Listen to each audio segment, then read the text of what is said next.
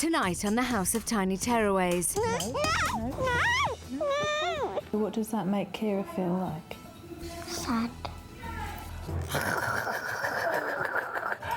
I wish she didn't have it, because just it would be so much easier for her.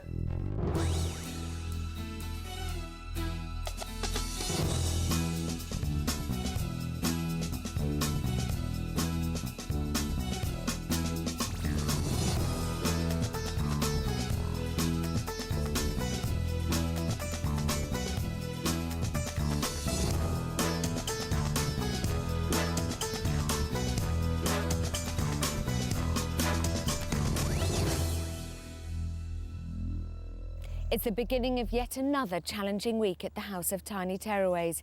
3 new families and some very complex problems for Tanya to tackle.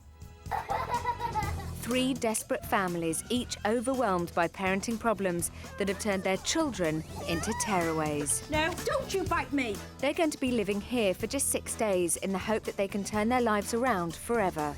The person they're looking to for the answers is clinical psychologist Dr. Tanya Byron. Working with 3 families in such an intense environment is unlike anything I've ever done professionally before, and it is a huge challenge. I'm working with the parents, I'm working with their children, and I'm building a community. It's a tough job to do in a very, very short space of time. And for the families selected to be part of this unique programme, this is make or break. This is the House of Tiny Tearaways. It's breakfast time for Bridget, Scott and her 3-year-old daughter, Erin. Gonna give it a stir. No. Like this.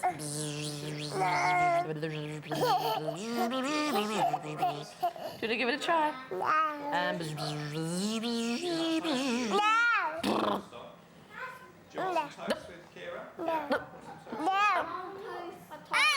Oh, grumpy kills.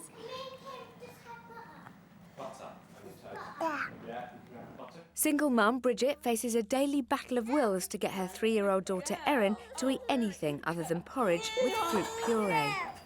Although she has the support of her 6-year-old son Tyler, Bridget is still coming to terms with her daughter's Down syndrome. She won't be accepted by everybody. And the world will judge her. Because of what she looks like. Just one. No. Erin, it's the same as you always have. No. Look. No. And you don't want to eat it. You're so hungry. Come on, Erin. Eat. Can you try that?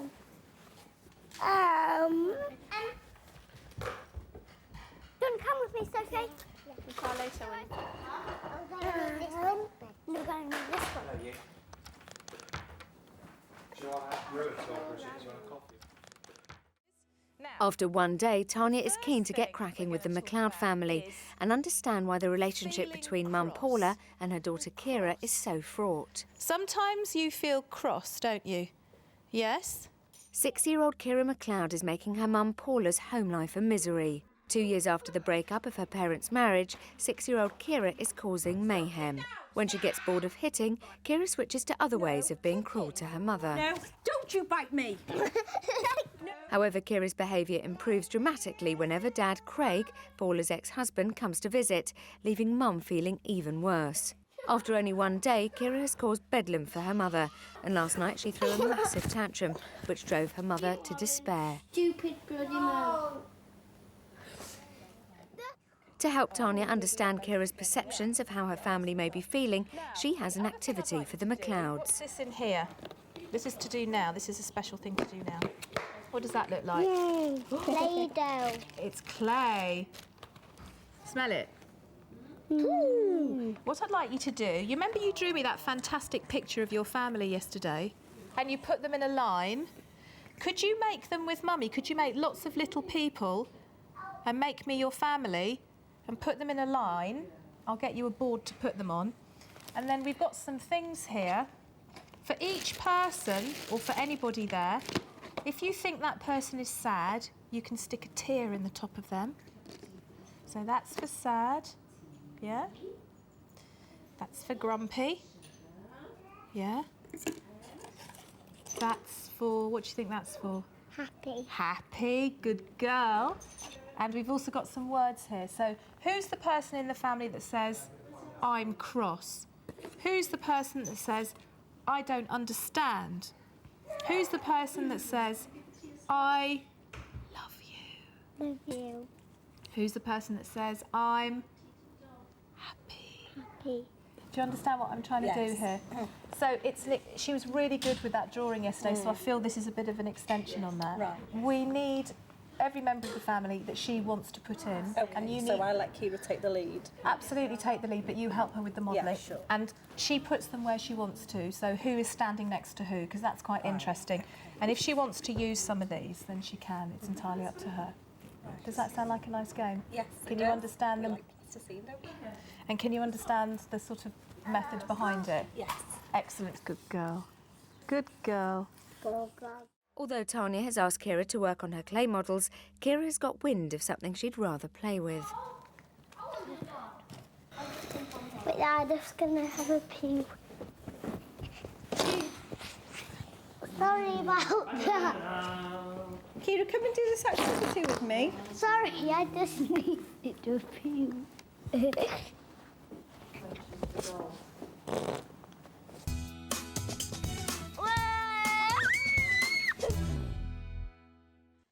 Paula and Bridget are comparing notes on their day so far. I live on very little sleep. Oh, do you? I'm a real Yeah. sleep monster. But then I need loads. That's why I think that I'm a bit temperamental, you Yeah. know, because I don't get enough sleep. So, are you I- sure you're all right? Yeah. Yeah, she wouldn't need to talk this morning. So it's 3 meals now that she hasn't had anything to eat. No. And she's really pissed off with me. Is she? Oh. Look at her. Hey, you. Hey, you. Come here. Can I have I'm just going to pop to the loo. I won't be there 2 minutes. It's going to be hard to do without Pull nails. my nails. She's what?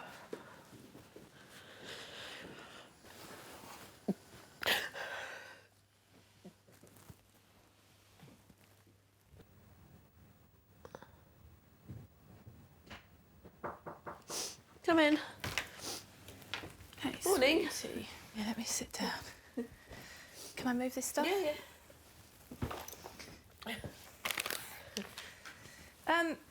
Gosh.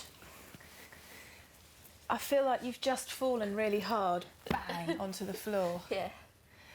Okay, now, it seems to me that this whole, just coming in, only 24 hours, and it feels like everything is up in the air for you. It does.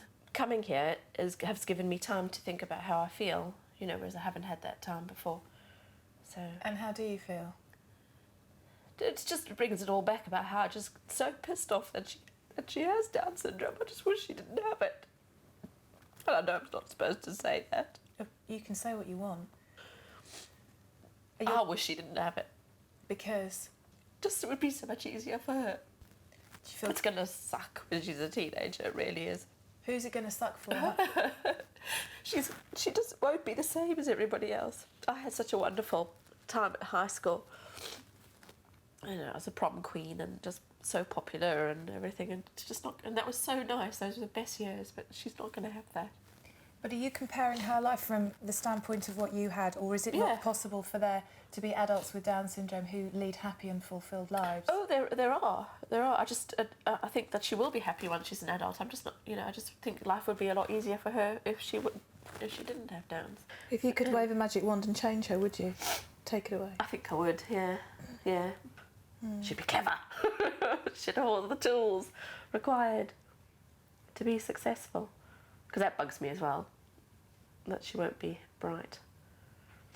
Tyler's in the top stream in his class, and according to his teacher, the brightest in the class. And I know that when Erin starts school, we'll have to deal with the bottom feeders. I guess the kind of challenge is to look at living in a world where you don't define yourself or define her by what other people think of her, Yeah, no, I don't. but you're very angry. Yeah, well, I just wish it hadn't happened, you know. But it feels to me you struggle to just accept her for who she is. Oh, yeah, very much so. Erin, I think, is, and you're going to, I'm bracing myself for you to slap me hard in the face.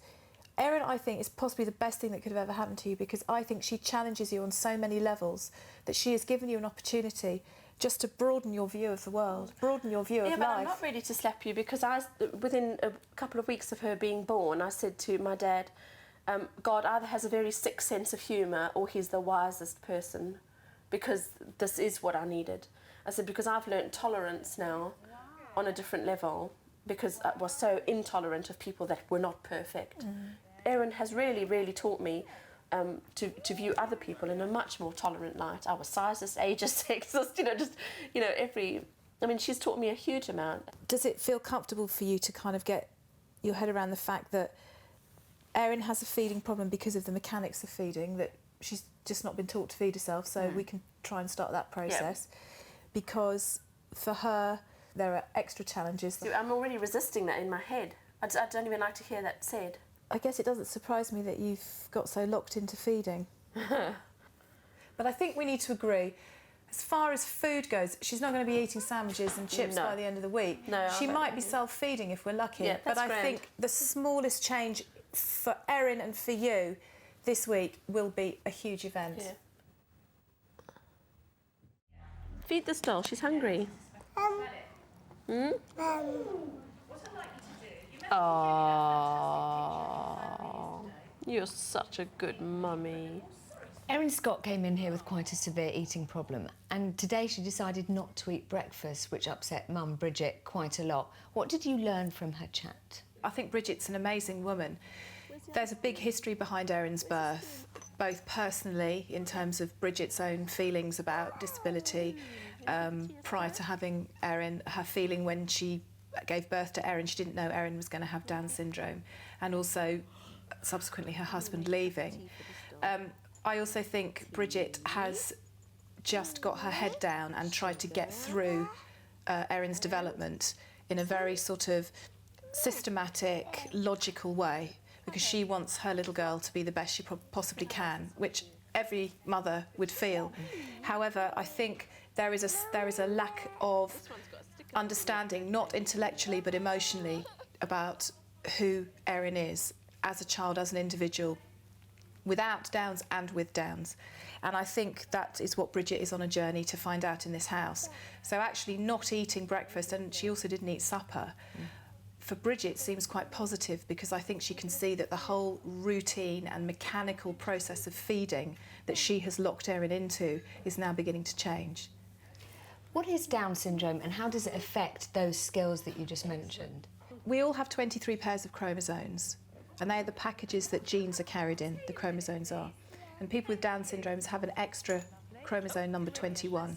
It causes a range of developmental delays, which will then have an impact on learning and development. There are about 60,000 people with Down syndrome in this country, and about 1 in 750 children born worldwide will be born with Down syndrome. One of the challenges for a child with Down syndrome, and I can see this with Erin already, is doing a lot of exercises for the musculature of the mouth. And because Bridget has locked Erin into this way of feeding, which is same bowl, same spoon, same food, mummy feeds, Erin's never had to learn to bite, chew or swallow. So we're not just looking at a willful child who's saying no, we're looking at a child who actually doesn't understand the process of putting something into her mouth and biting and chewing and swallowing. Because she really cannot self-feed, I think just to help her use a spoon and understand that she herself can put a spoon in her mouth will be a huge gain. Outside in the garden, Tanya has a surprise for the Fallon family and their animal-phobic daughter, Emma. Hello, thank you for coming. Sue and Mike Fallon have come to the House of Tiny Tearaways because their 4.5-year-old daughter Emma has an intense fear of animals. If she's exposed to them in any way, she becomes highly anxious and distressed. It's affecting the family as it's becoming increasingly difficult for Emma to leave the house with any confidence. Yesterday, Sue admitted that she herself has a fear of dogs in an emotional consultation with Tanya. And Emma was given the opportunity to acquaint herself with some furry friends with only limited success. Yesterday, Tanya taught Emma a breathing technique to use when near animals. A traffic light symbolises how anxious she feels, and if she's at red, Emma controls her breathing and pretends to blow out candles to get her down to amber or green. What's the bunny called? Flopsy. This is Flopsy. Flopsy, this is Emma. Come and stand here, sweetie, where I'm standing. It's all right. What colour are you feeling now? Still green. Good girl. So you can come and stand here, can't you? Come on, Sophie. Good girl, Emma. And you show Sophie, because you're the big sister, how we stroke Flopsy. Good girl. Good girl. What colour? Oh, darling. What colour are we feeling now? Well, you see, I think that makes you very brave, actually. Right. Now, are we allowed to come in? Yeah. Great. So I'll come in first. You hold your traffic lights. Where are you on your traffic lights now, thinking about coming in here? Yellow. Yellow. So what do? We blow out our... Candles. Ready? We'll do it together, all of us. Very good. Can you climb up here like a big girl? Look at you. And in we come. Good girl. Now we're inside. Which colour are we now? You point. You look at my traffic lights. Green. Wow. He's quite still. Shall we go and say hello to him? What colour are you feeling now? Yellow. What do? We do it the candle. Get that fizzy out of your tummy. Good girl. Right, we've done that. So we'll walk over here and we'll say hello. It's a nice stroke. Yes, you can stroke. Let's have a look. Pick a guinea pig up, girl. Let's see you stroke one. No, Try and catch It's all one right. first. That's okay. it's fallen off. No, we're fine. Look. Hello. Right, 3 We're slides. just going to stay with the movement for a minute. Yeah. Good girl. You look after your little sister. You help her. There you go. He's having a Hello, Speedy. He's Go a little bit closer, darling, and say hello, Speedy. It's a little girl wants to go. Hey, Speedy.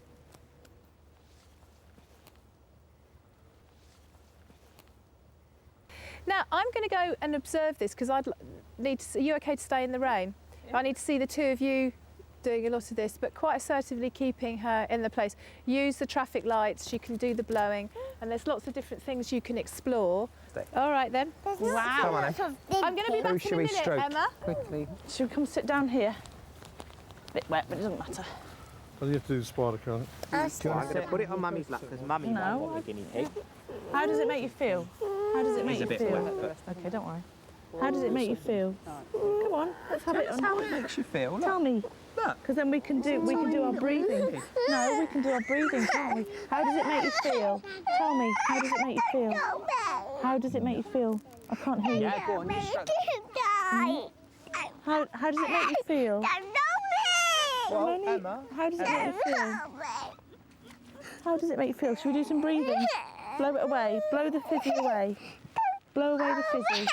Oh, I've only got you round here. I've only got you round the side.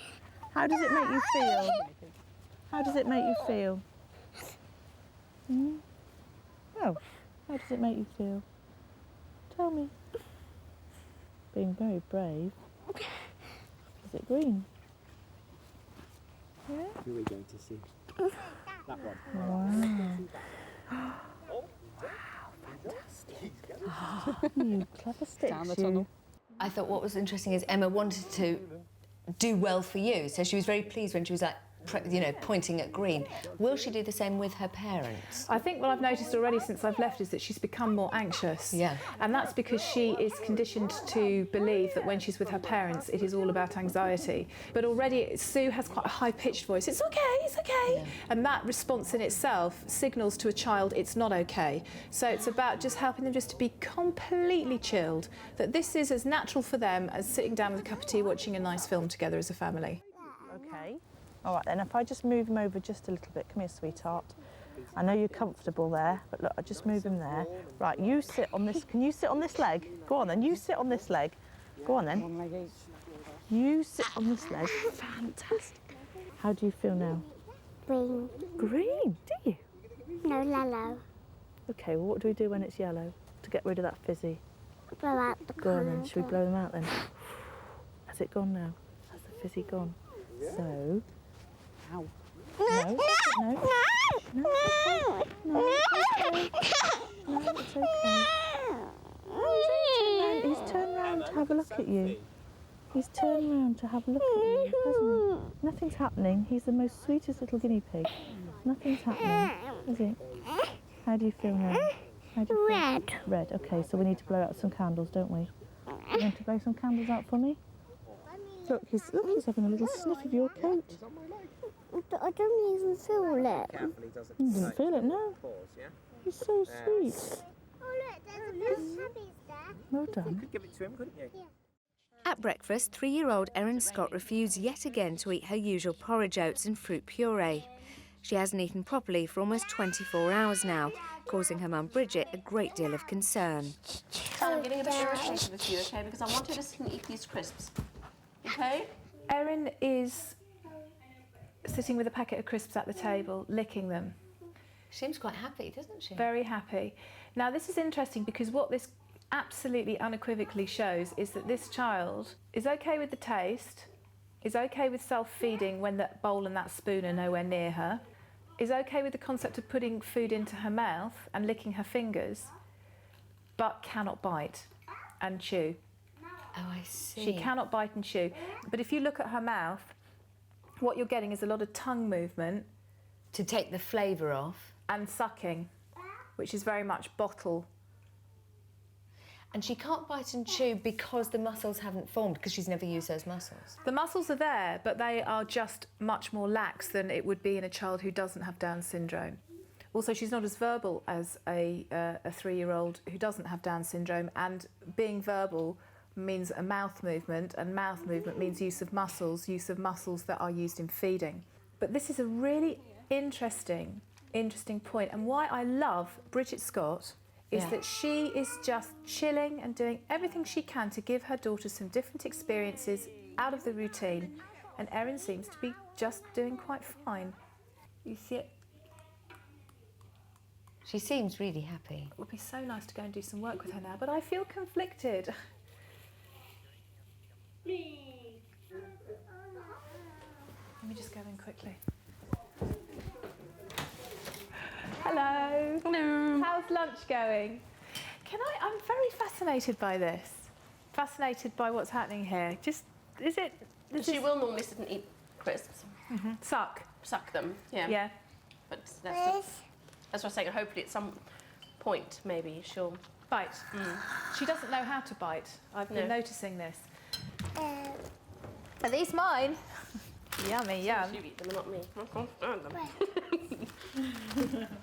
I like the system. You've been red carded, Paula.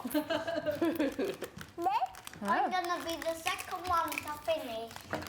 Giving him a tin of tomato soup, but he likes it so much. Poodle loves oxtail soup. Oh right, okay. So she'll probably have that. Excuse my ignorance, but is it actual oxtails? Do you know what? I haven't a clue. I don't know if it's just like a flavour. Yeah, You know. I don't know. Good girl.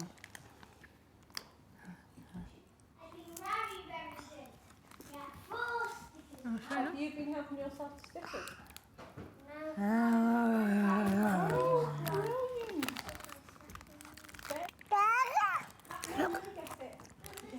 Look, what's that?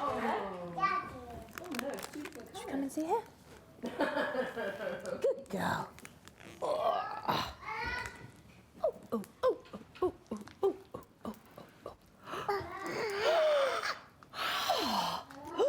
Favourite person in the all the right colours.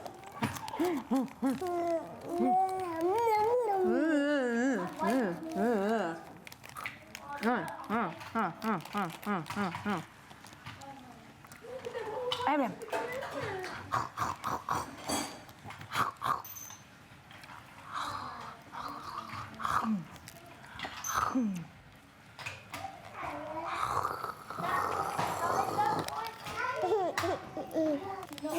That's all wrong.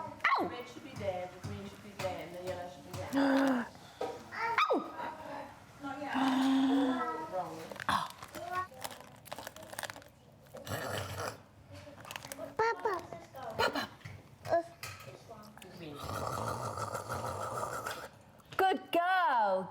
girl.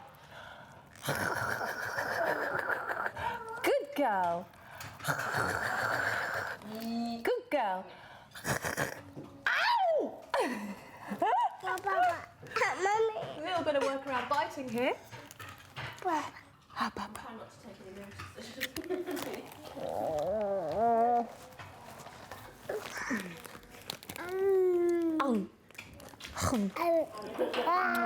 Well done. Can we do a lot of biting today? Yeah. A lot of biting fingers, a lot of biting. I'm going to get some chew toys, lots of okay. Is that right? Show mummy.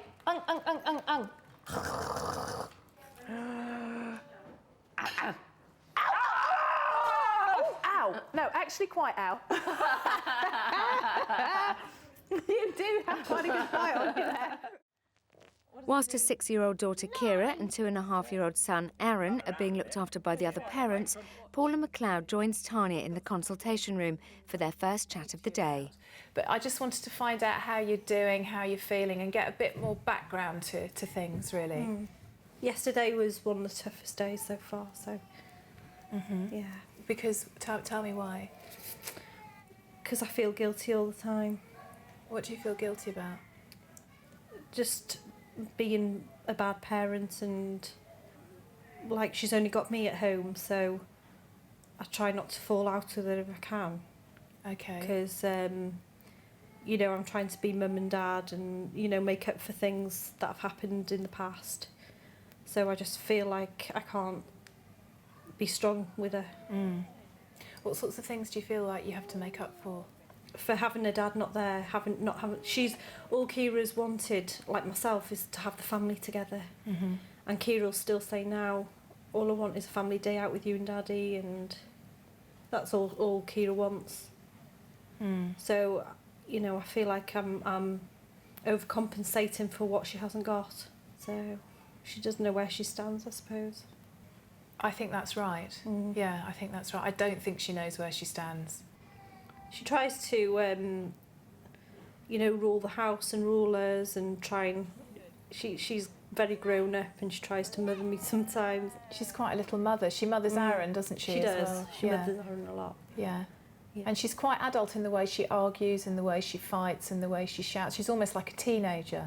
That's right. When you give her attention, do you give her more attention when she's doing things that are lovely, or do you think you give her more attention when she's doing things that aren't? That it aren't. Right. Would you say, therefore, that she is more likely to carry on doing the things that she shouldn't do because at least that's a way for her to get your attention? Yeah. And less likely to do the lovely things? Cool. Yeah. I think you're right. I think you're absolutely right. What do you think you could be doing differently that might start to shift that imbalance? Give her more praise and that for the things that she is doing good. Do you find that easy? No. No. I find it difficult to do that. Because you're really good at praising Erin. I've seen it a lot. You're really great at it. You're loving with him. You're really warm. There's lots of good boy.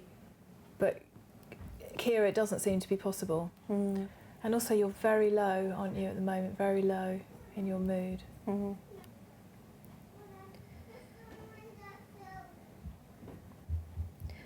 I just want to be like a happy family, and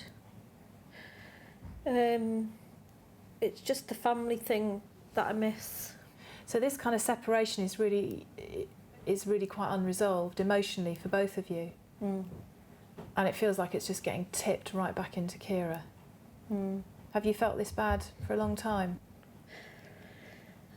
When we split up, I became depressed, and I just let her get away with things because I couldn't cope with myself, never mind Kira. What do you think you need to do to adjust that balance? Try and stand up to her. I actually think it starts with you giving her more positive attention. Right.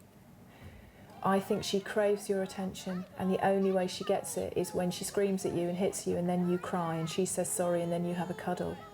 And it's like this game that started being played out between the two of you.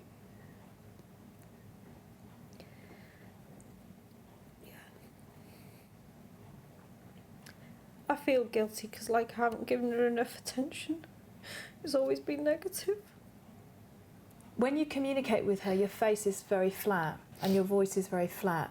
But when you communicate with Erin, you've got your face lights up and your voice is full of joy. And I brought him up myself, and he's not related to the past. no. It's as though he's got nothing to do with the past. But Kira's very much a daddy's girl anyway. She thinks the world of her dad. And it annoys me a bit because I think, you know, I've done so much for you and you still side with your dad. But do you think she thinks the world of her dad because she gets more positive stuff from him? She does, yeah, without a doubt. It feels to me like you're quite resentful of her behaviour. I'm resentful because, to me, she thinks more of her dad than me. But Craig's very good, you know, he'll threaten and he'll say, look, if you do that again, you're not going to the park or you're not going to the party or something, and he will carry that out. But I've never been able to do that. That used to cause a lot of friction between me and Craig then, because he was saying one thing and I was saying the other. You know, even after Craig had stopped her from going to a party or something, she'd still go and give kisses and hugs to her dad and not me.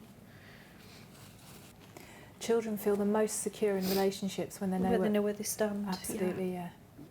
I think you've had a terribly hard time, and I think you're very, very sad. And I think you feel very on your own and you feel like you failed. Mm. But I think it's destroyed your sense of belief in yourself as a mother to Kira. Yeah. And I actually think that you could be a fantastic mother to Kira, and changing your mothering and your relationship with her could be the best thing that would ever happen to her in her life. I feel awful that I haven't given her any love.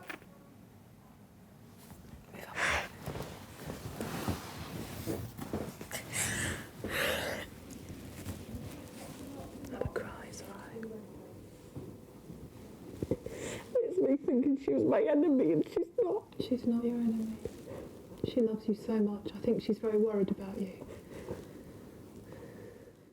It's day 2 in the house of tiny tearaways, and Dr. Tanya Byron confronts 3 new sets of parenting problems. Mike and Sue Fallon have come to the house because their 4.5-year-old daughter Emma is terrified of animals. And her anxiety is beginning to transfer to her younger sister Sophie. Yesterday, Tanya saw the full extent of her phobia.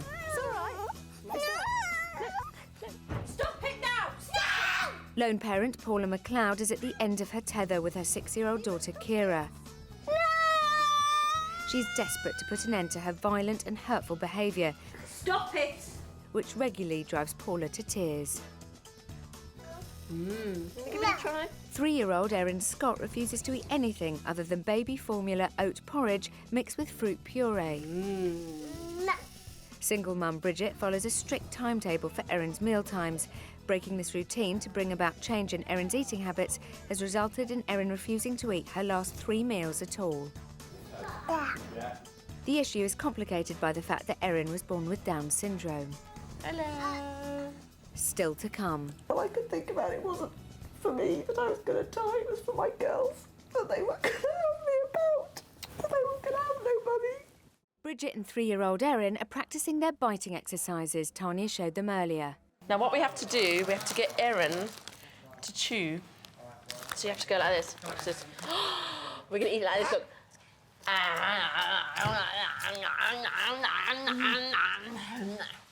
Because Erin hates using her teeth. So we have to show her how we can use our teeth. Okay? Go on, Erin. Your turn.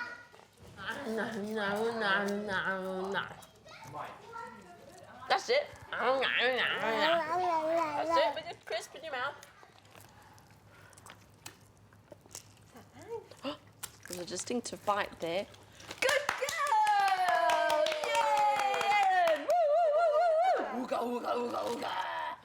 Good girl! There was definitely a bite taken there, wasn't there? Good girl. I didn't clap. You didn't?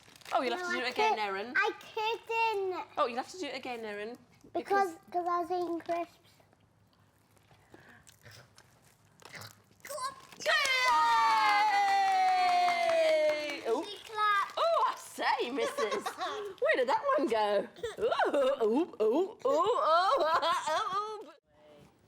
All gone.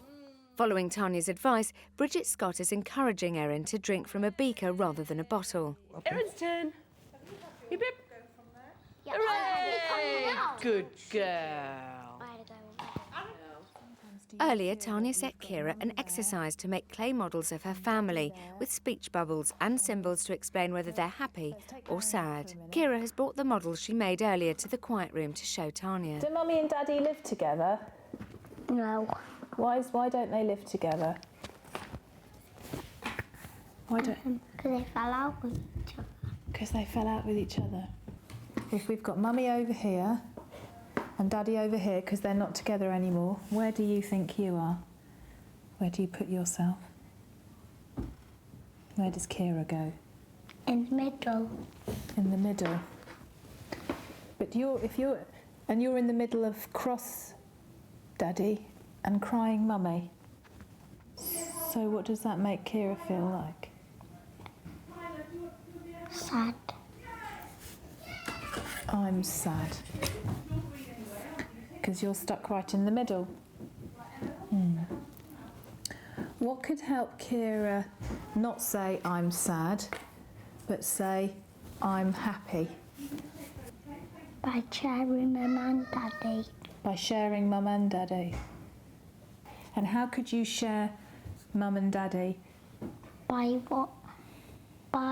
sometimes when I go with Daddy and sometimes when I go with Mummy. And that could be okay, you could still feel happy. Sometimes when you're with Mummy, what do you say? Tell me some of the other things you say, you and Mummy. Some of the sad things. Do you say this one? I'm cross? I heard you say I'm cross to Mummy yesterday. So if we put I'm cross, do you sometimes say to Mummy I don't like you? Let's put that one in. Do you sometimes say to Mummy I'm sad? Put that one in. And how does it make you and Mummy feel? Sad. Sad, so you've got a big tear there, yeah? Why do you sometimes shout at Mummy and get cross with her? Because she gets cross with me and she shouts at me. Do you think you and Mummy are friends? Are you friends all the time? When are you not friends? When it's nights and weekends.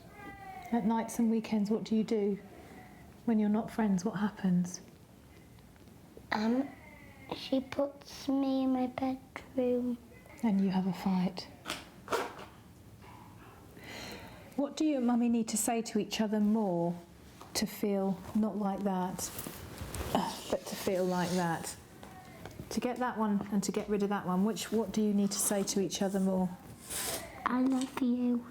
So we take out I don't like you and we say I love you. Does Mummy say I love you, Kira, enough times? Yeah. Does she? Even when she's cross? So does she say I love you, Kira, all the time? Would you like her to say it more? Do you say I love you, Mummy, all the time? Would you like to say it to her more? So, if you want to show someone you love them, how can you show them? What sorts of things can you do? Say I'm happy. And I love her. A kiss and a cuddle. Kiss and a cuddle. Would you like more kisses and cuddles with Mummy? So if you and Mummy kissed and cuddled more, do you think you would say, I'm cross, I don't like you? Less and less? Yeah? Why don't we try that out?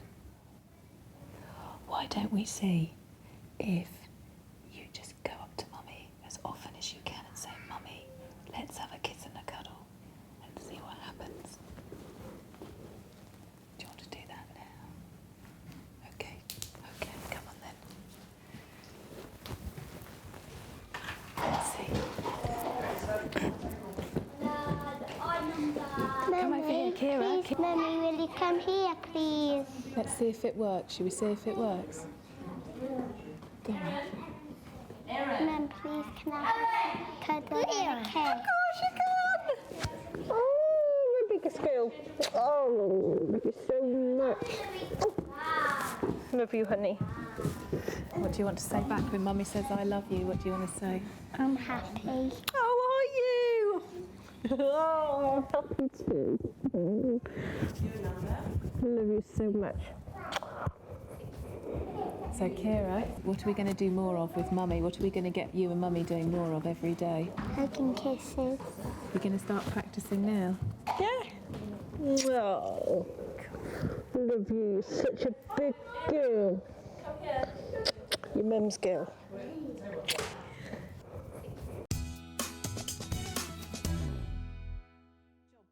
Tanya takes Mike and Sue Fallon to the consultation room to discuss an issue that she believes may be linked to their overprotectiveness with their daughters Emma and Sophie. Well, I wanted to talk to you because I felt I hadn't really talked to you today, and I've spent a lot of time with the other mums. And as you're probably aware, it's a house with some very distinct and really quite big problems. But I did want to be hyper kind of analytical and suggest some things that I think we could work on tomorrow. But I wanted to start with a question, which was, how comfortable are you with the notion that maybe this is a learnt behaviour that might have come from you? Because I'm not sure how you're feeling about that. And we've asked ourselves that, haven't we? We've been asking ourselves that question. I did. I really felt like by last night. I really felt that. I suppose we're a bit uncertain. tell me what you felt. It's important. It's important. Well, I don't know. Well, yeah, it was like it was your fault and you'd done something sort of bad that. But I kind of, a big word hit me last night, and that was protection. I kind of felt there's a protection element. The area I do see something in is the area of being protective. And I see that not on a daily basis in interaction, but I just see that when either one of your daughters gets a bit upset or a bit anxious, that your natural instinct is to just try and take the pain away and make everything better. You don't want them to feel pain because it's dark and it's horrible, and I can see that you are absolutely resolute as a mother that it will not, my girls will not experience that. And and I'll tell you something, don't apologise. I respect you for that hugely. You know, I thought I was going to die last year, and all I could think about, it wasn't for me that I was going to die, it was for my girls that they weren't going to have me about.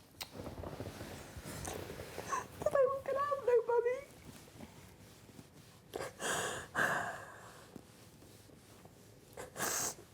That's a very, very bad place to be.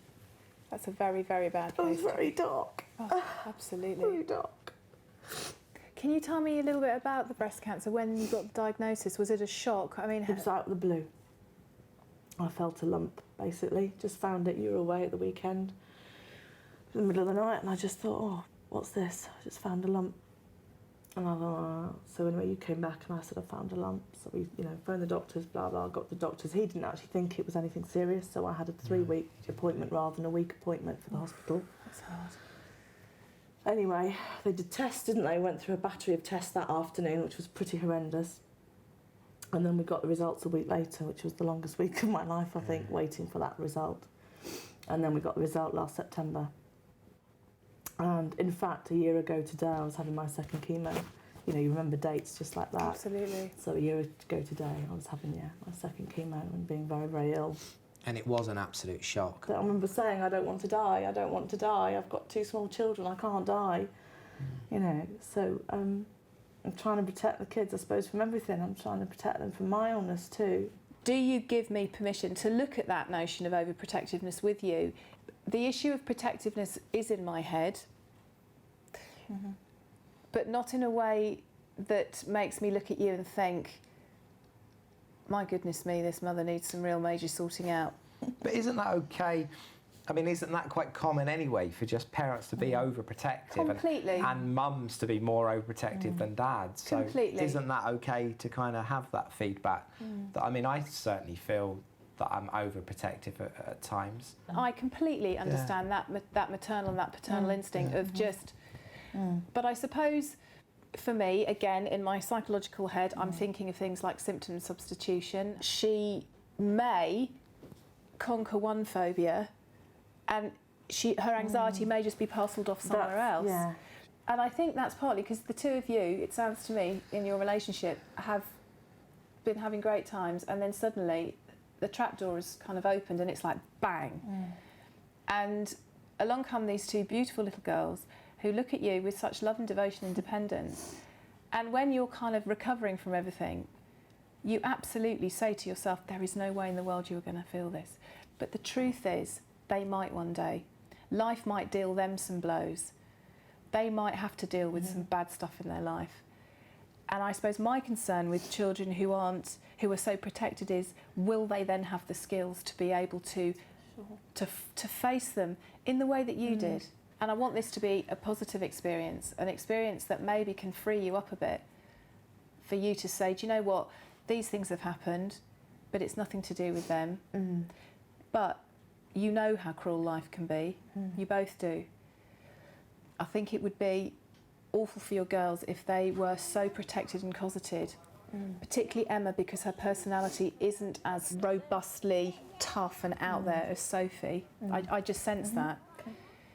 It would be awful for them then if they had to deal with some big stuff in life, and actually show me an adult who hasn't at some stage in their life. Absolutely. We've all got baggage of some kind or another, haven't we? I must say, I do. That so makes sense now that I almost try too hard to get it right. You know, I'm constantly thinking, should I do that? Should I not do that? And I'm kind of... You beat yourself up a lot about, oh God, I should have done this for the girls, or I did this, or I shouldn't, why did I do that? Can I show you a bit of today? Yeah. And this is along the theme of protective parenting, okay? This is before you came into the house. Now, again, please understand, I'm looking with, a magnifying glass for things, but let's see. My hand, that's all right.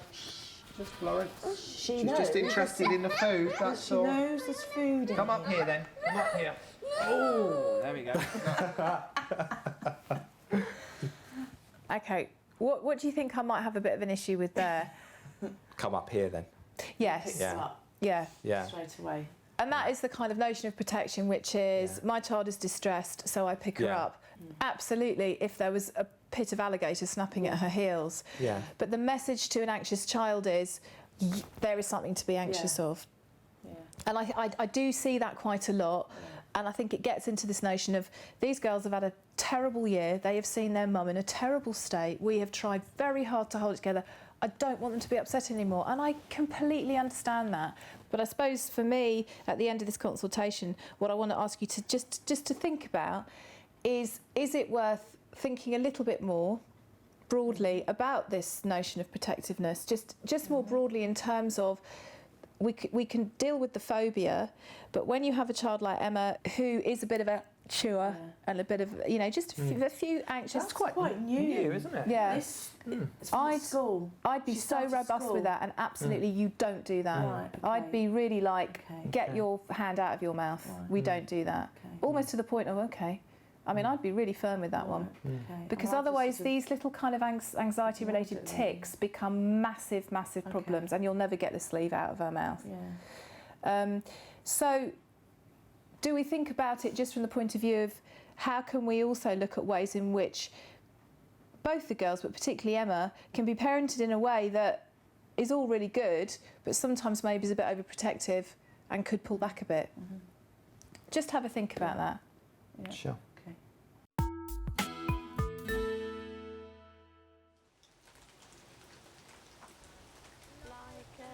It's bedtime at the House of Tiny Tearaways. Twinkle, twinkle, little star, how I wonder what you are. Mummy, say night. Mummy needs to go to sleep. Mummy, say night. Good girl. Good kiss. Come on, give Mummy a kiss. Well done. Then you don't put that in. Yeah, Mummy will put it in the bathroom. With her children safely tucked up in bed, Bridget finds a quiet moment to record a video diary. Today has been a much better day than yesterday. I had a little breakdown this morning, and Tanya was there to pick up the pieces and managed to, as usual, sum up exactly what was going on and why, you know, which was wonderful to have her here. Erin had refused to eat her breakfast this morning, and that upset me. Erin then turned out to be a complete star. She wanted this cup instead of her bottle, although I didn't actually offer her the bottle. But when she saw Tyler tootling around with his cup, although she had rejected hers, she then wanted hers. So time for me to accept that she is growing up and that I have been holding her back from doing so, and that I need a good slap, and I feel that I have been appropriately slapped, and now I won't hold her back anymore. After the turmoil of last night's bedtime, things have gone much smoother for Mum Paula McLeod and her daughter Kira. And I'm so happy. You've made me so proud of you today, Happy. Thank you for being my big girl.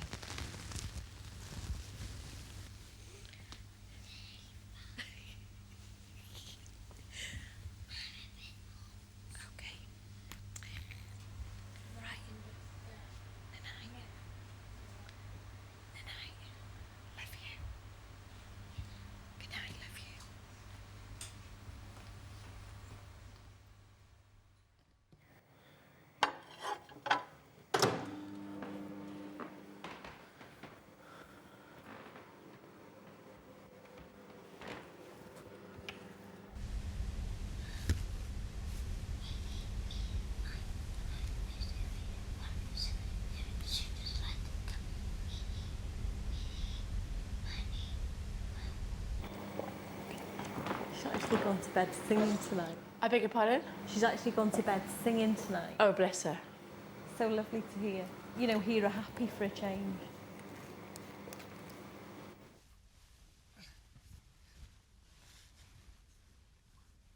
There's always something. It'd be great if I could get into bed at this time. Tanya was saying, you know, you're so lovely to the other children. You're giving Erin a lot of attention, and you know, it's because I wasn't getting that from Kira. I found it hard to give as well. Of course you do. I was giving Erin more attention because I was feeling loved from him. Absolutely. I mean, I went through that when Tyler was hitting and kicking me and stuff. Erin was like my sanity. You know, my little sweetheart. They would still cuddle up with me. Yeah. You know. Knowing that somebody still needs you. Yeah.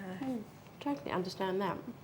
Tyler would wake up at 3 o'clock in the morning, come upstairs, stand at my door and just go, I hate you. We're like, you know, you're not even awake. I mean, it's 3 o'clock in the morning and you've been greeted by just this child from hell standing in the doorway going, I hate you. Or he'd just come in and pick up a book. I've just picked it up and threw it at me and it hit me in the head. The corner of the book hit me in the head. I hadn't done anything wrong. I was fast asleep. Kira says some really nasty things to me. And like Tanya said, you know, I take it too personally. I take it as though it's an adult saying it to me. Yeah, I know, you do. When, you know, I've got to remember she's a 6-year-old and what she says she doesn't mean, you know. But I do take things personally like that, you know. I'm a very emotional person. And if she says she hates me and she wants a new mum, you know, the reaction is when she says that, is that I cry. And she likes seeing me upset because that's when she gets the attention. Madness, isn't it? Bloody kids.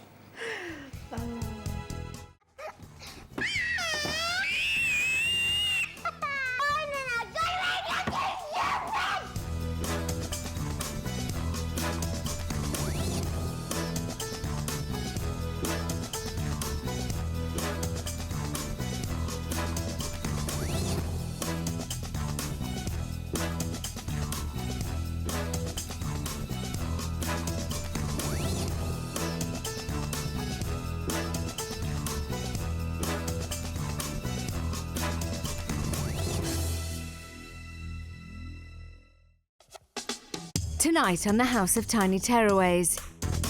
Don't hit me! Right now, I would just like to go home. It's made me nearly cry because I'm so happy that I can actually see light at the end of the tunnel.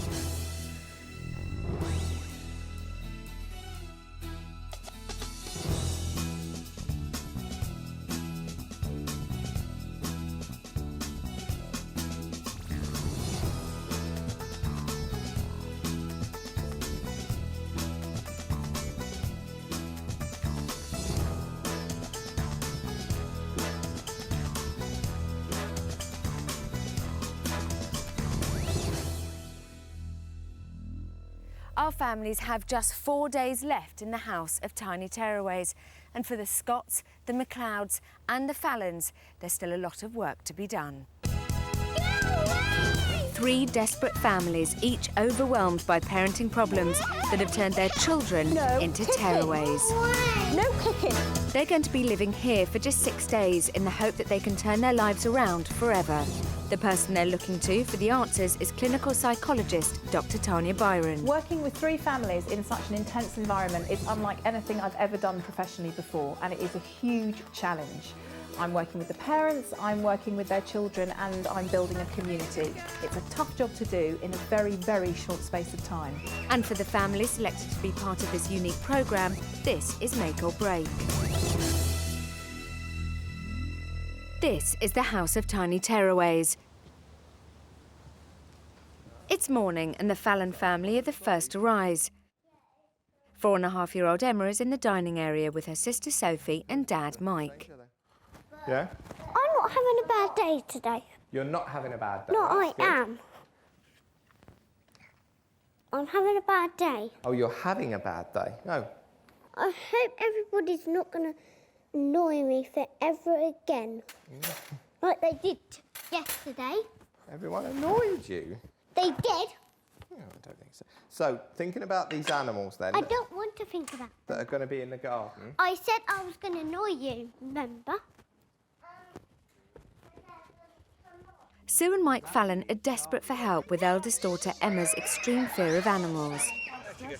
As they live in the countryside in Devon, her phobia plays havoc with their everyday lives, and her parents worry that it's affecting her confidence away from home.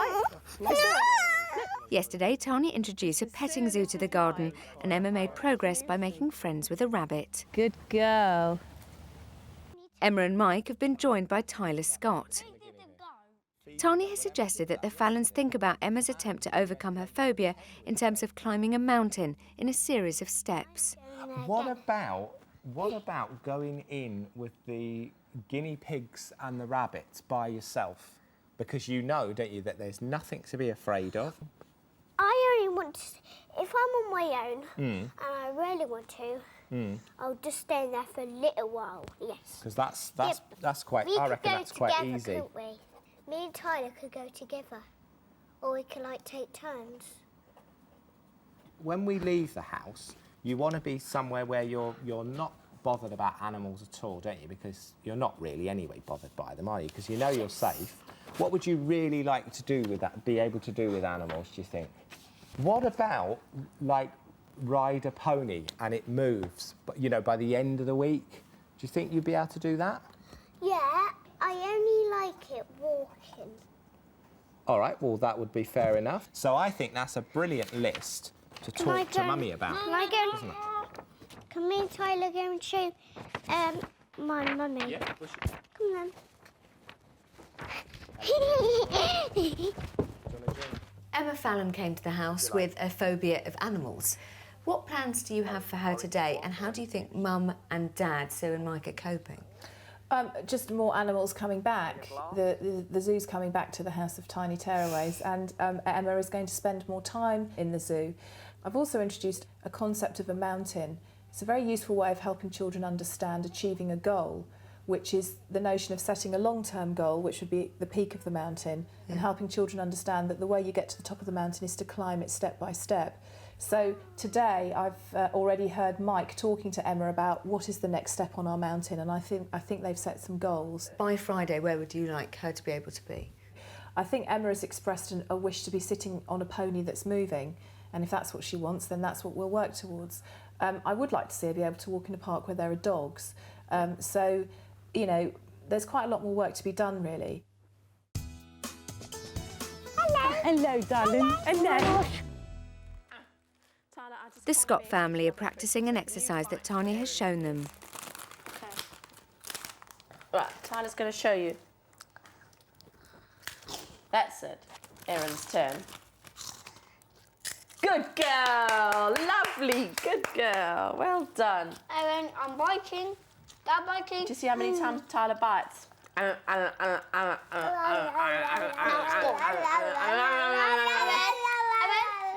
3-year-old Erin Scott refuses all solids, and every meal consists of baby porridge mixed with fruit puree.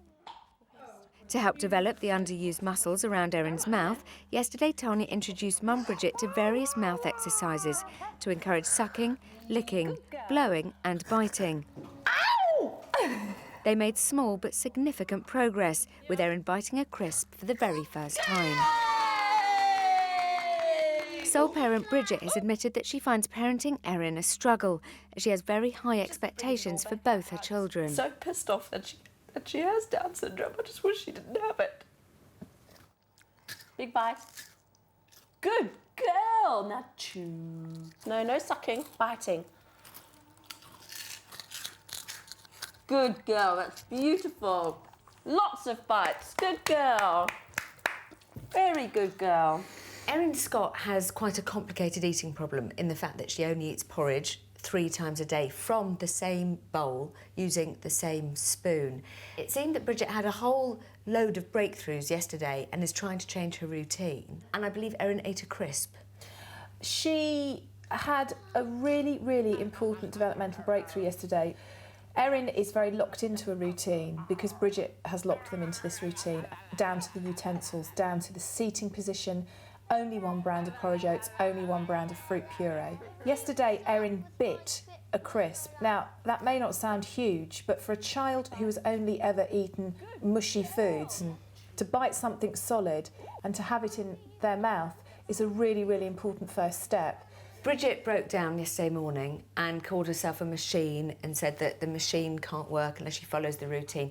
How's she coping with being in the house? She, I think, is a very strong woman, but also a very vulnerable woman who has had to deal with an awful lot, particularly since Erin's birth. I respect hugely the honesty that she has about Erin's birth, Erin's Down syndrome. She is so protective of this little girl because she dreads the future. She dreads the fact that one day Erin will have a tougher time and people will not be so understanding of her.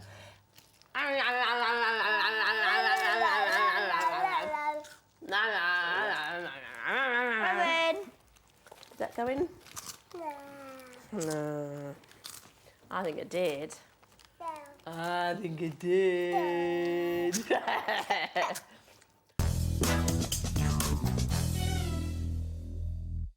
Kira McLeod is playing outside with the others. She's adamant it's her turn on the slide. Kira, you can't stop people from going on it. Well done, sweetheart. Ready? No.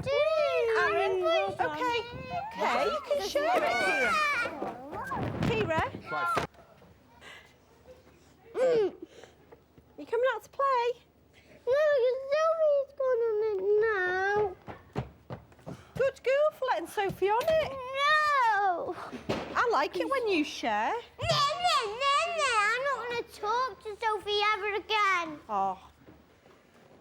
Since Kira McLeod's parents separated, she's made her mum Paula's life unbearable, hitting and shouting at her and dominating the house. Yesterday, Paula told Tanya that she's still not come to terms with the separation and that she finds it hard to praise Daddy's girl, Kira.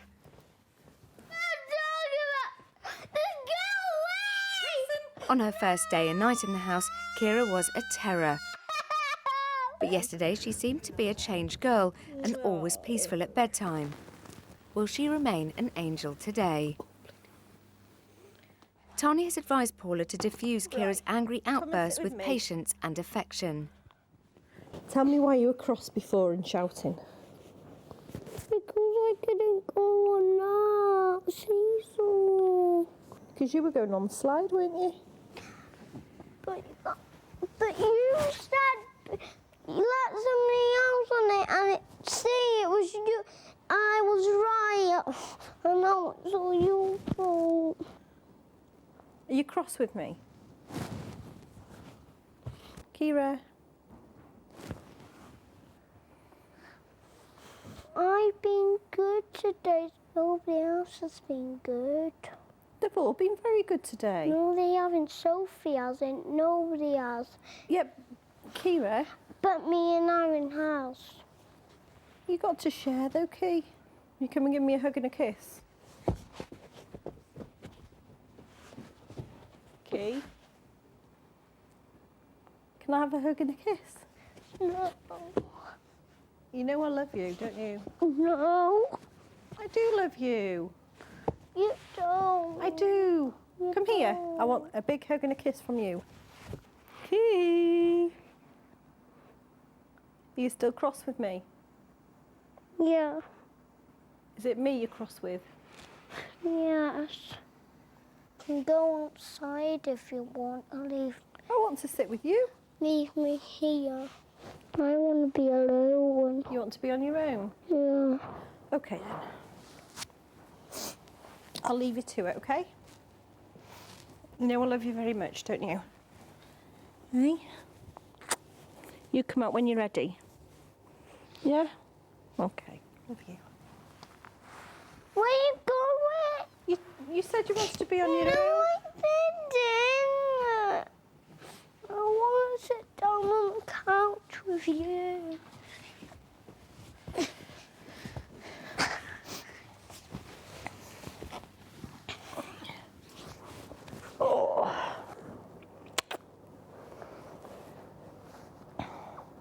When Kira McLeod arrived at the house only 2 days ago, she was kicking her mum, she was throwing real tantrums, she was biting her mum. How's she coping with being in the house? I think the key moment yesterday was when Paula and I were discussing the relationship between her and Kira, and Paula said that Kira was her enemy. And I think really when a parent gets into that kind of standoff position with a child and labels the child as the enemy, then the battles commence. And the battles have been huge and immense in their household between the two of them and their relationship. Paula ceased to see Kira as the enemy and started to see her as her little girl, ceased to treat her like a teenager and argue with her, and started to show a lot more patience and empathy when Kira was getting frustrated. Lots of cuddles, lots of kisses, and the child's behaviour just began to transform almost instantaneously.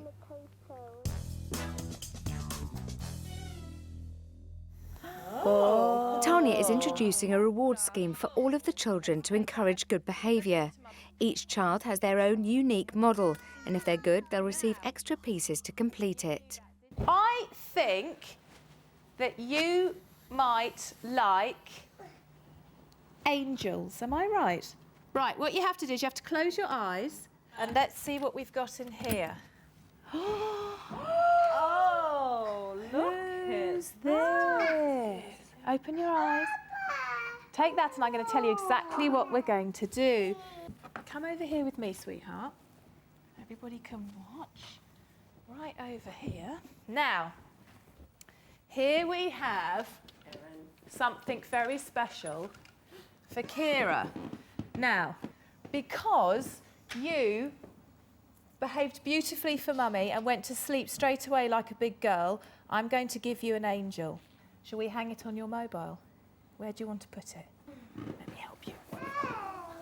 Can you put it over the hook? Let's do it together. Everybody, big clap for Kira and her angel. There we go. Well done, darling. And I think, Kira, what we need to see is how many angels you're going to take home by the end of the week. Are we going to be able to fill this whole mobile? And what do you have to do to get an angel? Be good. And that means no shouting at Mummy, no fighting or kicking or hitting. Is that all right? Good girl. Right.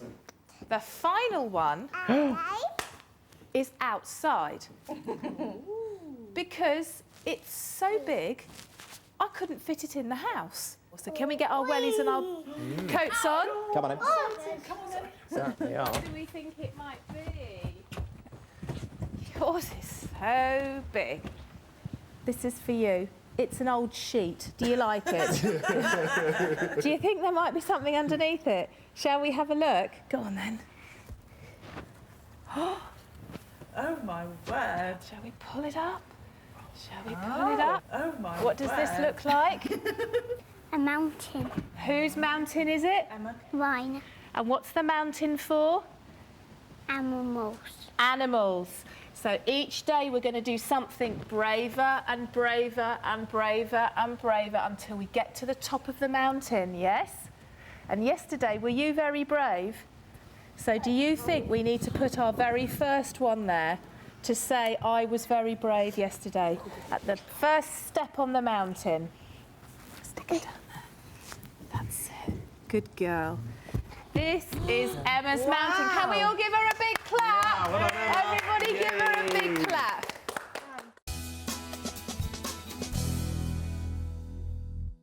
Bridget has joined Tanya to talk about Erin's progress so far this week. How happy were you when she took a bite out of a crisp yesterday? The first time she did it, when nobody saw, I actually went into like a shock. I didn't even praise her. Like I've just done again, I just went goosebumps from top to bottom. I've done it all over you've again. Gone really pale just talking about it. Look, I've gone goosebumps all over again because she took this bite and I just went, oh my God, like that to Paula. She just took a bite. And, you know, so actually the second time she did it was I reacted more, you know, like, you know, positively towards Erin because the first time it was just such a shock. Big news is that today you and Erin and Tyler are going out. Cool. There's two parts of your outing, and I guess the first one I see as being very much for Tyler, and the second one I see being for Erin. In the first instance, you are all going to a restaurant. Okay. So Tyler can go to a restaurant that he can choose his food, and he can have a meal that isn't dictated by his sister's routines, because I know that's something that's always kind of got in the way. So he can have a big boy meal, he can have a nice drink, he can have a nice ice cream, and this is very much to say, you've been a great boy, you know, you're so lovely in the house, you're so lovely to your sister, I'm taking you out for lunch, this is for us. But obviously for Erin, this will be a real change in environment. So from my point of view, if you're okay with that, because she has had breakfast, it will be interesting to see how she copes with that. Are you happy with that? Yeah. You're sure? Okay. So that's the first stage. The second stage is you're going to a music shop where the three of you are going to have access to all the instruments, a lot of which are about blowing. But again, it's all about using your mouth and putting your mouth around things and pushing and sucking and blowing and making different noises, which is more of the work that I've seen you do this morning around the muscles in her mouth. Good. So I need to get her food ready to take to the restaurant. Yes. So... or you can take the raw materials and then get it made up there if you like. Yeah. It's up to you. Are you getting anxious? Yeah. Tell me why. Because when I go out, I take, you know, a thermos, and then I take a little tub with the formula powder in, so that I can put the hot water in, and then I make the oats, and then it's warm. You know, because quite often when you go to places, I don't know, just because I'm such a control freak, I like to just be doing it myself at the table. That's part of the reason that I've sent you out in this way, because we're talking about taking Erin out of her comfort zone, but really she's only going to leave hers when you can leave it and you can show her the way. The success of this is very much to do with whether you can control the way you're feeling now. Yeah. Because if she picks any of this up, I'm telling you that mouth will be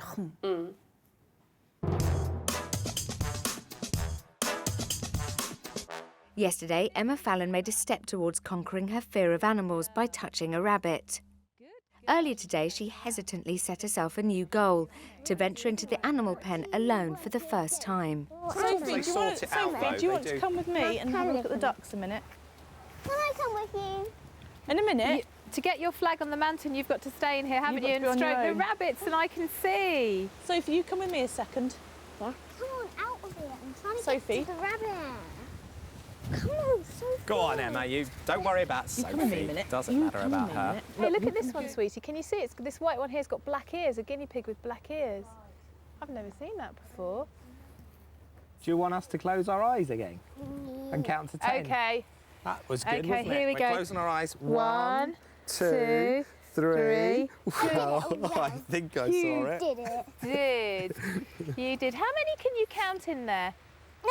It's all right. Stand very still. Stand very... Now Now, the challenge with this one is that we don't want her to come out feeling like this. No, sure. So it's kind of turning it around. That's right. So we'll... What about, Emma, if we walk round and we say, we love animals. I'm going to walk round. I'm going to come in and walk round like that. See? And we're not bothered at all, are we? We've cracked it. Yeah? Clever girl. See how clever you are? Clever girl. See, Very you can good. do it, can't you? Tanya has invited Paula McLeod into her office to discuss her bedtime success with Kira last night. Tell me about yesterday and the end of yesterday and how you're feeling. She went to bed and I know she got up there once, but I could hear her in the monitor singing and clapping to herself, and that's never happened before. You know, we've always gone to bed with a struggle, conflict, friction, and I sat there and cried on the sofa because it was so lovely to hear her happy. What's made the difference? The approach, I think, that I'm giving her, because I'm giving her positive responses. She's being positive to me. I feel like she's being more of a friend and treating me more of a mother than an enemy. Being a parent isn't just about always pouring in love and affection and saying yes and nurturing all the things you're doing now really well. Yes. But it's also about sometimes being really tough. Yeah. So it's about learning. But it makes you feel like a horrible mum. Yeah, it does. I find it very difficult to be tough. Do you think that's linked into the issues that you have about Kira's early life and some of the stuff that has gone on and the separation? And I think that's when I lost confidence in myself and couldn't be tough anymore. She picks up on, like, children in school. Oh, they've still got their daddy living with them. Why haven't we? It's never been explained to her. Does it need to be explained? I think so, because she still thinks daddy's going to come back. That's really interesting to me, because I don't think she does think that. I think her view of mummy and daddy is actually quite different, but it is quite negative. And the reason I say that is because of the time I spent with her last night with the models. Right. And I wanted to show you 3 different clips from it. Right. Because I think it was really interesting to me how insightful she is and how much she understands. She was very clear with me that she knew that you were separate. Right. And that she knew that you were not going to get back together. Right, oh, that's good. But what she wanted to talk to me about was how, when mummy and daddy are separate, it doesn't feel very nice. So I'll just play the first one. We'll just have a look. When you think about mummy and daddy not living together, what sorts of things do you want to say? Do you want to say, I'm sad, or I don't understand, or I'm happy, or I love you, or I don't like you? Which one of those? Sad. I'm sad. So that's you saying, I'm sad. And who do you want to put the tear next to? So mummy's crying, is she? And who do you want to put the I'm cross next to? Daddy. That's like sad. This is all sad, this one, is it? Why is everybody in that one sad? Because mummy and daddy fell out with each other. And what do you think would make mummy and daddy feel happy? By looking after me and Erin. Oh, here you go, sweet. Oh, thank you. Yeah. Oh, she's so sweet, isn't she? She's also she's got a lot of understanding. She has. Has that surprised you? I must admit that I was surprised at her saying, you know, mummy and daddy, what would make me happy is to make me and Erin happy, you know. Rather than her saying mummy and daddy getting back together? Yeah. But I'm glad about that. Yeah. I'm pleased at that answer. Yeah. Okay. Do you want to see the next bit? Yes, please. Okay. If we've got mummy over here and daddy over here, because they're not together anymore, where do you think you are? Where do you put yourself? In the middle. In the middle. And you're in the middle of cross daddy and crying mummy. Is that how it is sometimes? So what does that make Kira feel like? Sad. I'm sad. Because you're stuck right in the middle. She's unbelievable, isn't she?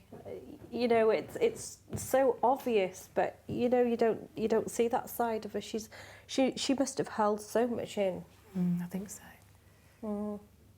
And I think she's been showing you with her behaviour. Yeah. But I think because she's never been really talked to, or there's never been an opportunity for her to try and talk about how she's feeling, because it's just been screaming and shouting and arguing, because I think she's so frustrated and distressed.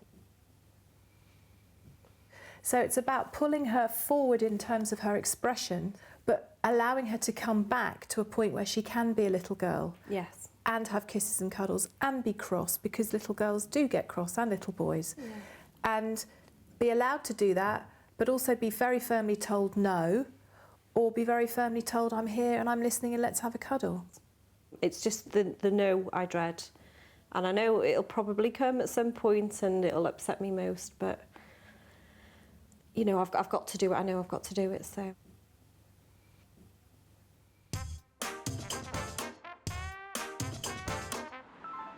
Tanya's asked us to go out and to try and push my comfort zone. So I have come out and I'm going to actually allow somebody else to prepare Erin's food for her. Tyler and I will happily order something off the menu, won't we? Yes!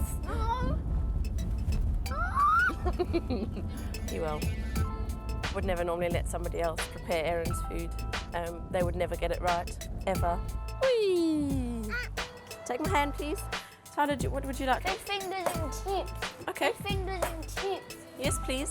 Thank you. Tyler, that's unnecessary. Tyler, you're really beginning to wind me up. No, don't eat the crayons, you great big muppet. Erin's lunch is first to arrive. It's her usual porridge, but it's been prepared by the restaurant. To Bridget's surprise, Erin takes a few mouthfuls, but this doesn't last, and Bridget thinks she knows why. I'm sure if they heated it up a bit more, she would have some more of it. Come on, try a little bit, sweetheart. It's the same as you normally have. Bridget starts to feel the pressure as Erin refuses to eat her food and drink her milk. She won't take her milk out of this. She wouldn't at the house either. And unusually, Tyler has also started to play up, adding to Mum's problems. Do you want some more, Erin? I'll get it.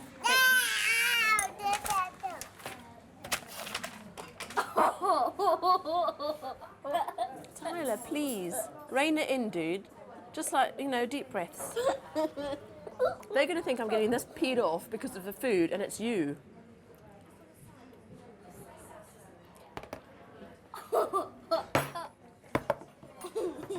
Tyler, that's just ludicrous because that's glass.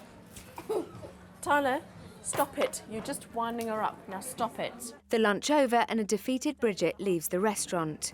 The lunch was a failure. I'm a failure. And Erin's failure. Erin's not a failure. The second part of the trip is a visit to a music shop designed to encourage muscle tone in Erin's mouth through play with musical instruments. But can Bridget make it through the day without losing her cool with Tyler? Blah, blah, blah, blah. You're driving me bonkers. I just want to get out of this car. I want to just go back.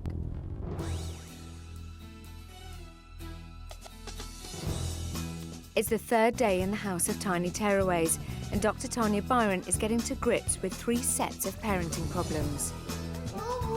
No kicking. Sole parent Paula McLeod is reaching breaking point with 6-year-old Kira's violent and spiteful behaviour. Stop it! Using positive praise, Paula is finding it easier to diffuse Kira's outbursts, but there's still a long way to go.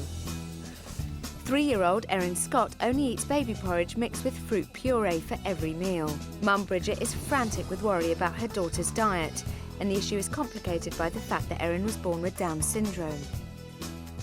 Erin has broken new ground biting solid food for the first time, but can this be built on in the time they have left in the house? Mike and Sue Fallon have come to the house because their 4.5-year-old daughter Emma's fear of animals is ruining the life they lead at home in the Devon countryside. Progress has been made. Clever girl. Very good. And her parents have realised that to tackle the problem, they also have to address their own anxieties. Still to come.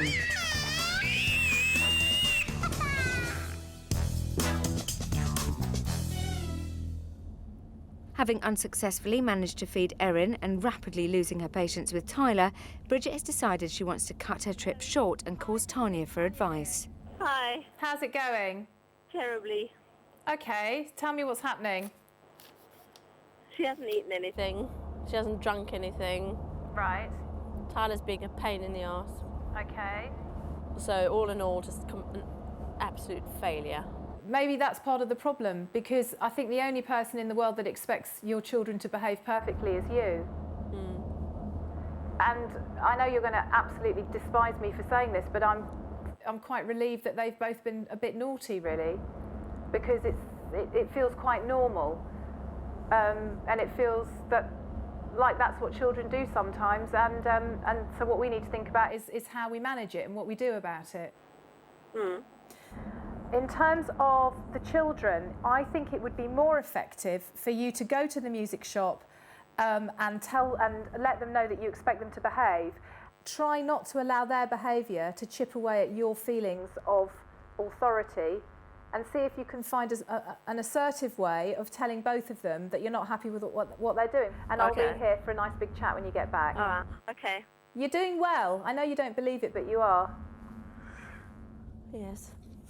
All right, take care. Thank you. See you later, babe. Bye. Bye.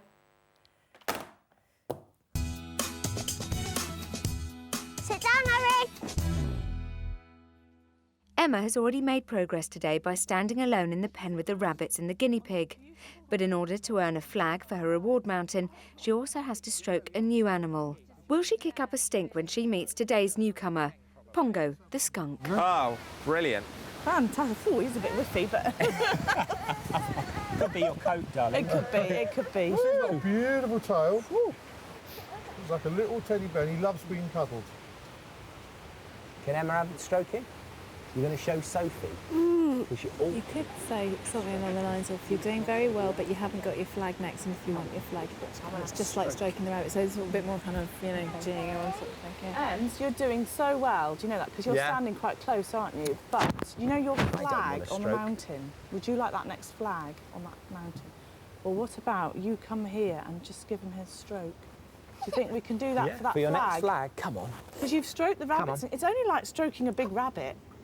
That's all it's like. It's like having a big rabbit in my lap. What about putting your hand on Daddy's hand and we'll stroke Pongo? Yeah. Yeah? Come on then. Put that on there. Well done, you. Well done. Good girl. Is Sophie going to have a go as well? It's just like a rabbit, Emma. Well done, Emma. Good girl, Emma. That's it. You're nearly there, aren't you? Nearly there. You're doing fantastic. Come on then. Last time I'll put my hand on your... Put your hand right through my fingertips like that. Come on, you can do it for that flag. It's just like a rabbit. Do you want your flag? Look, have you seen he's got a black spot? Come on, that's it. He's got 2 black spots here. Stand close, yeah? Well, I think Mummy and Daddy are going to stay with Pongo until you come over because he's... Oh, Good that's girl, fantastic. Sophie. Well you done. clever that girl. Brilliant. You're so clever, aren't I you? think Sophie's going to get her ballerina. Yeah. You're going to get a ballerina. Sophie's going to get her ballerina. Emma, you're going to get your flag. Yes! Did she do it? I don't know that I saw her do it. I didn't see. You want to do it. You're smiling, so I know you want to do it. Mummy and Daddy are going to stay here until we see you stroke Pongo again. He wasn't sure about his tail. Because Mummy and Daddy are having a lovely time. And I am. And you are too. Wow, you've done it. Fantastic. Clever girl. Very good. I think You're a clever girl. That's very, very So good. clever.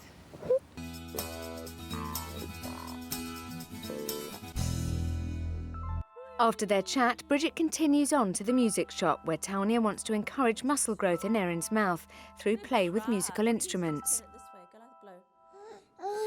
Very good. And the Scott family begin to have fun again. Even Mum starts to get in on the act. Go on. Good girl. Very good, Erin.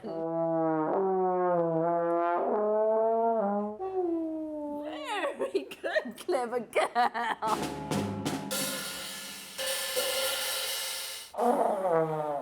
Fantastic! It makes you tingle, doesn't it? Yay! Very nice, Tyler. Oh. Good girl. Good girl. Well done. You did get a sound out of this.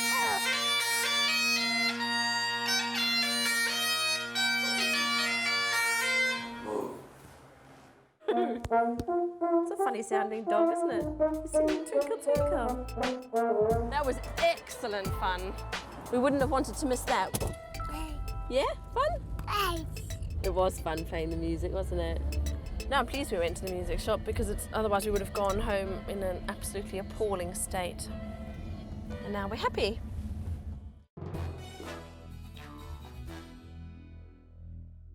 Tanya has fitted Paula McLeod with an earpiece to help coach her discreetly through a play exercise with Kira and Erin. Tanya wants Paula to practice being positive.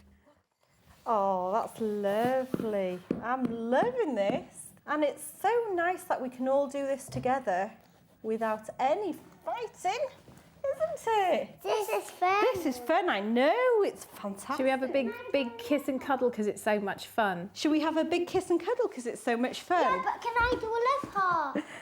You can draw a love heart if you want. Can we have a big kiss and cuddle? This. Oh, that's lovely. I'll do 3 love hearts so all we can have a cuddle.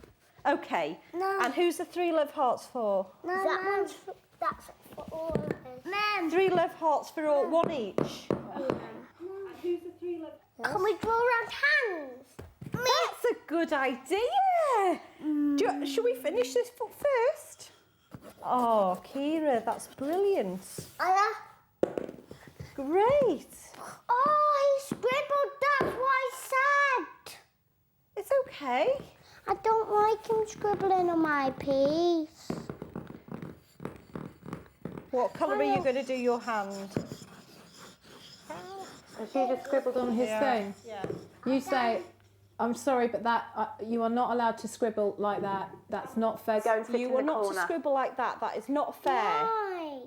But he scribbled on So mine. don't argue with me. Don't you go and argue sit with in the me. corner. Go and sit in the corner. No. This is your first warning. I'm going to give you a second warning. This is your first warning. Way. I will give you a second warning. I told you to sit in the corner. I told you to sit in the corner. Okay, well then leave her there. Just take Erin and walk out and you can leave her in that room. Say, fine, we'll leave you here alone then. Right, well me and Erin are going outside and you can stay here on your own. No. Come on, Erin. I'm Quickly, coming because with she's going to follow you and then there'll be a fight at the door. So you're staying in here because you scribbled on your brother's picture. You are staying here because you scribbled on your... Quickly leave the room now. Quickly leave the room. Come on, Erin. You are staying here because you scribbled on Erin's picture.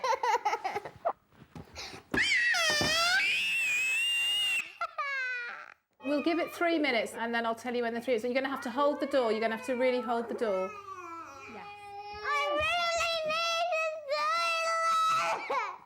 Just ignore this because this, I would say, is all manipulation. Because she's got to learn she can't control you and she's very controlling.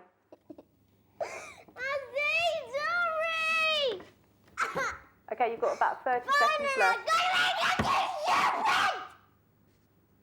She's fine. She's all right. Are you all right?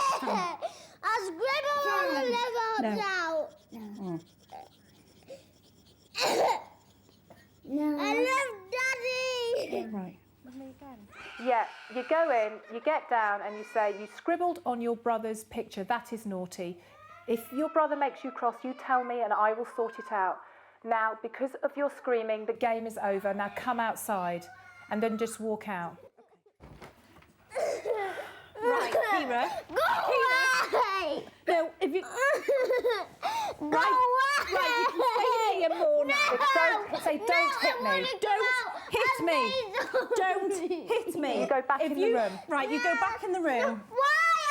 You're hitting me, so you go back. And you calm down. Until you calm down, you've got to go in the room. Just pick her up, put her in the room and walk out.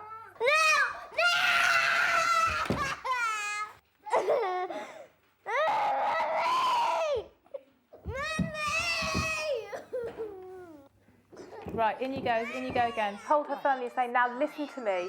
You came in here because you hit me and because you scribbled. Now the game is over, let's come out of the room.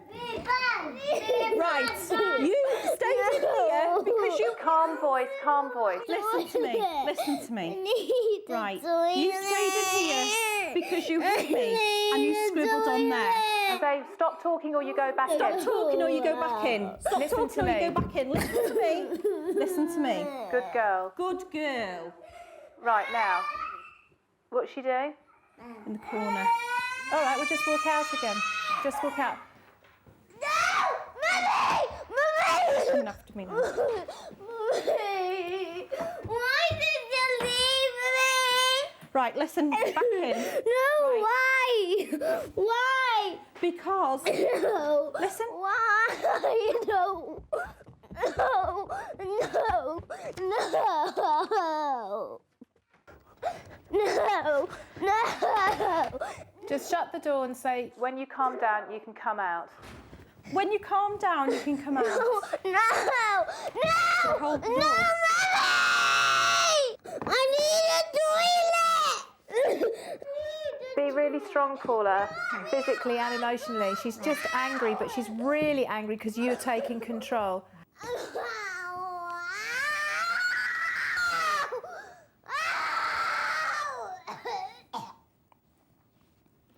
It's a lot of noise, darling, and a lot of screaming, and this is what she uses to control you all the time.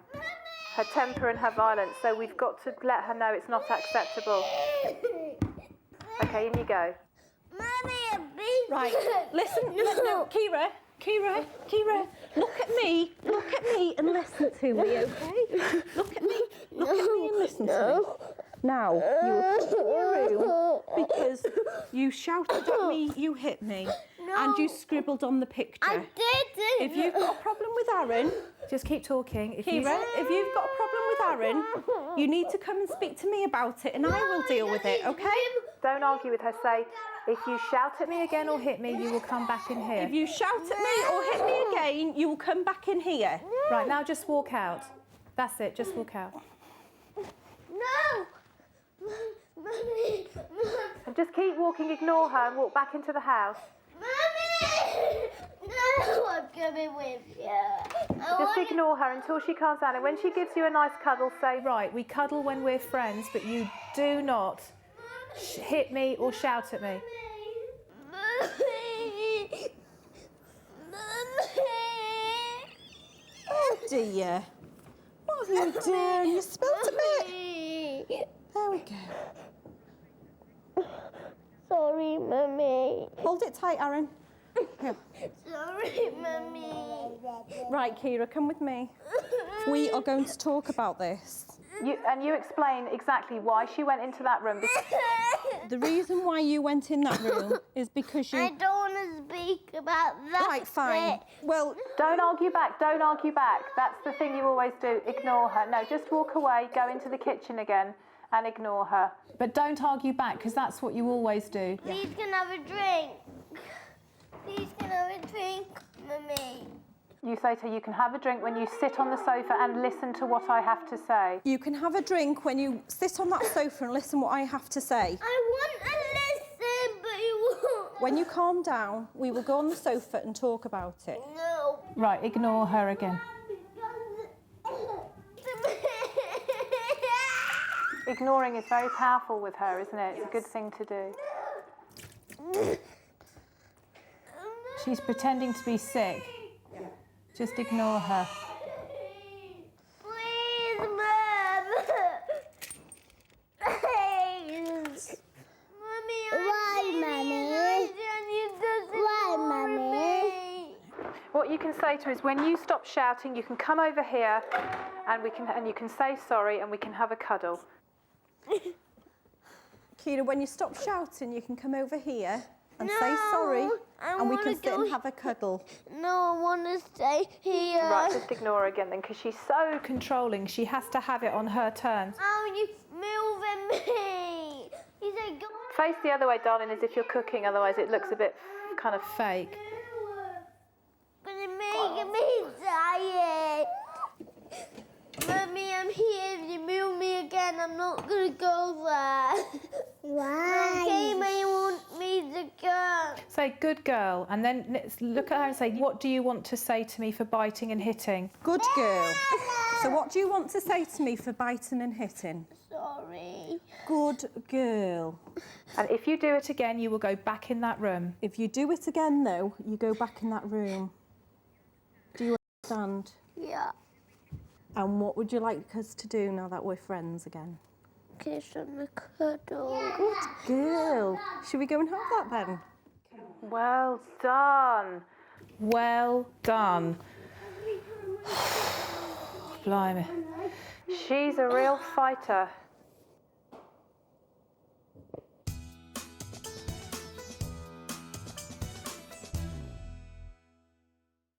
Bridget has returned from her eventful day out and joins Tanya for a catch-up. Yes.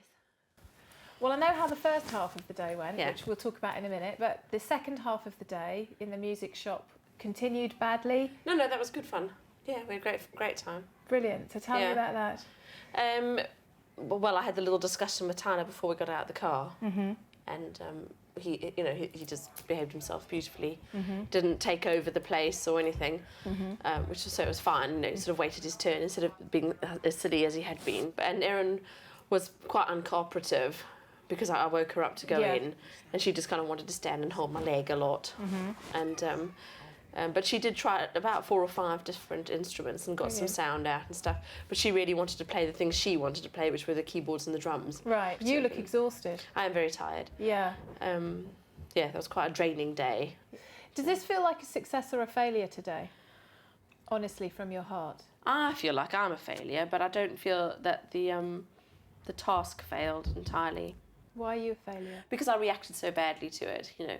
But I don't feel that the task failed entirely. So, tell me about the reaction and why you think it was so bad. Because I got so irritated with Tyler. He was friggin' irritating, though, I have to tell you that much. Well, so what's the big deal that you got I don't irritated know. I with don't know him? why I just couldn't keep myself calm. You know. But why do you think you got so irritated? Is it because you were stressing about Erin and her food? Yes, I just didn't need that at the same time. And he seemed to be doing it deliberately because I didn't need it at the same time. And we just seemed to be going further and further away from Erin's bottle, you know, which was really stressing me out. And she hadn't eaten and she hadn't drunk anything. I mean, she's desperate for something to eat or to drink. Right. Are you going to try a different type of porridge on her tonight then, if she's that hungry? Yeah, I mean, you know, I imagine she'd take a different type of porridge tonight with a puree in, but I will be gutted if she doesn't. Okay. Because then it'll be, you know, 2 meals that she's missed. My main concern is that she needs to have something to drink. She hasn't had anything to drink since 6 o'clock this morning. Have you been giving her water in her beaker? She won't take it. Right. She won't take it. She hasn't had a drop to drink. Do you want to try again with the beaker? She won't take it. Have you? I've been trying in the car all the way back. Okay. Do you want to just, when we go out, just give her the beaker and then walk away and ignore her and make her supper and see if she'll just drink from it? Just to see as an experiment? Yeah, I will, but I've been trying that all afternoon. Okay, so let's agree now that we try the beaker now when you go out, we give it we give some water. If she drinks, great. We try milk in the beaker later. If she doesn't drink, then she has a bottle at the end of the day. Yeah.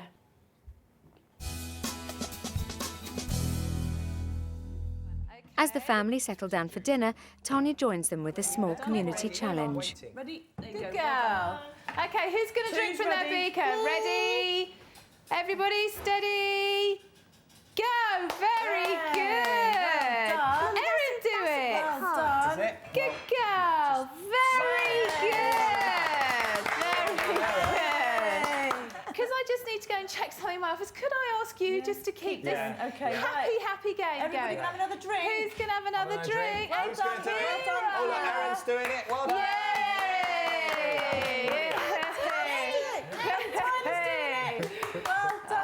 Thank God for social learning theory. Who's going to drink again? Are we ready? Steady, go. Can Erin drink too? Can Erin do it? Yes! You're so clever. Can Erin do it again? Yes! Goodness me! Very good, Erin. Well done. As well as drinking out of a new beaker, Tanya wants Bridget to feed Erin a new brand of baby porridge in an attempt to break her rigid eating routine. Emma, this is Erin's first meal in her life with a different spoon. Oh, wow. She's done different bowls, hasn't she? Like when we go to the beach, I take plastic, don't I?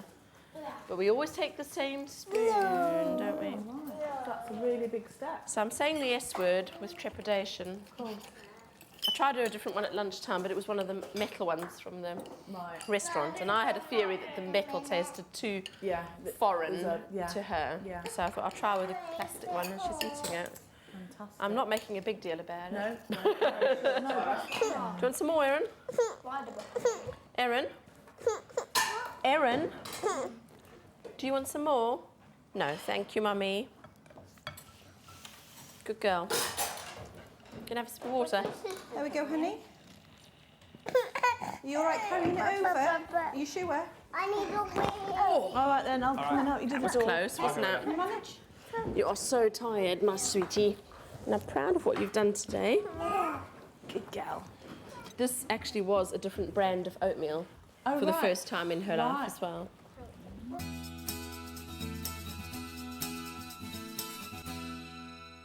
Right. It's nearly bedtime for the children, so Tanya joins the families to give rewards for good behaviour during the day.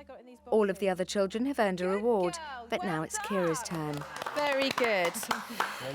Now, I'm splitting the day into 2 halves. So that would be good behaviour before lunch and good behaviour after lunch. Up to and including lunch gets 1 treat.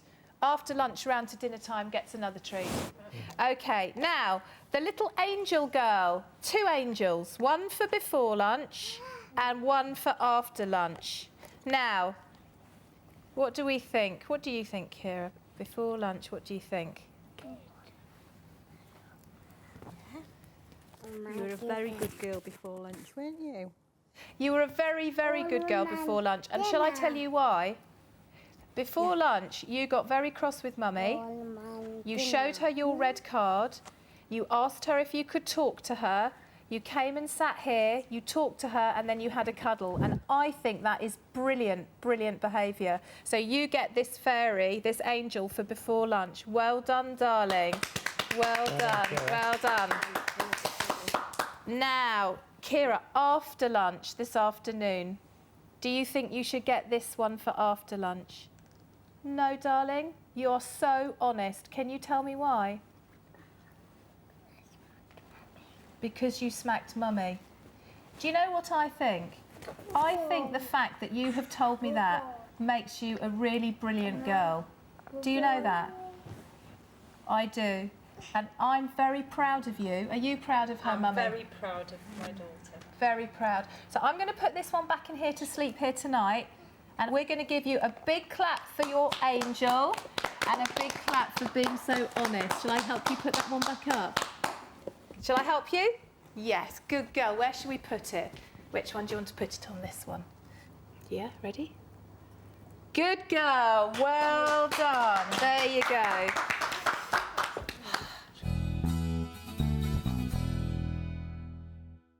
Let's tuck you up. I'll do your special story. Mummy, yay. Whilst the other parents settle their children to sleep, Paula records her thoughts in a video diary.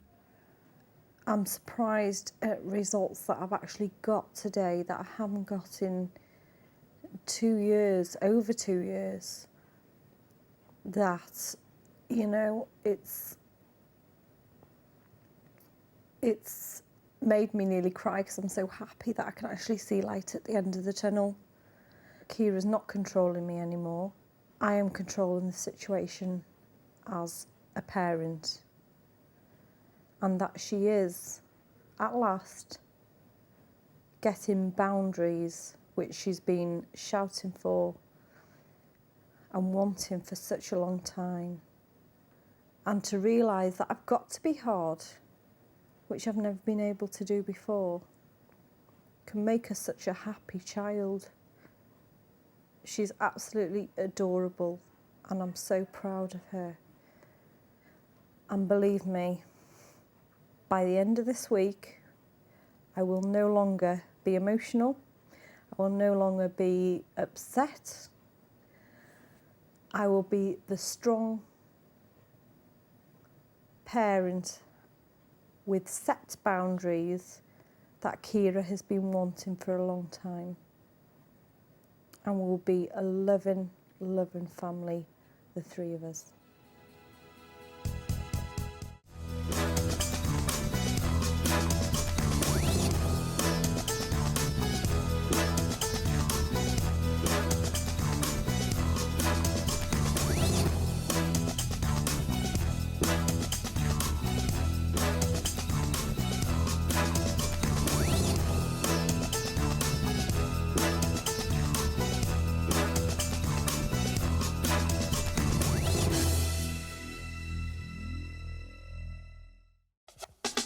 Tonight on the House of Tiny Tearaways. Good girl, cheers! I just want everybody to come in here except from her. I mean, she was breastfeeding my child. I hadn't signed anything. It was my baby.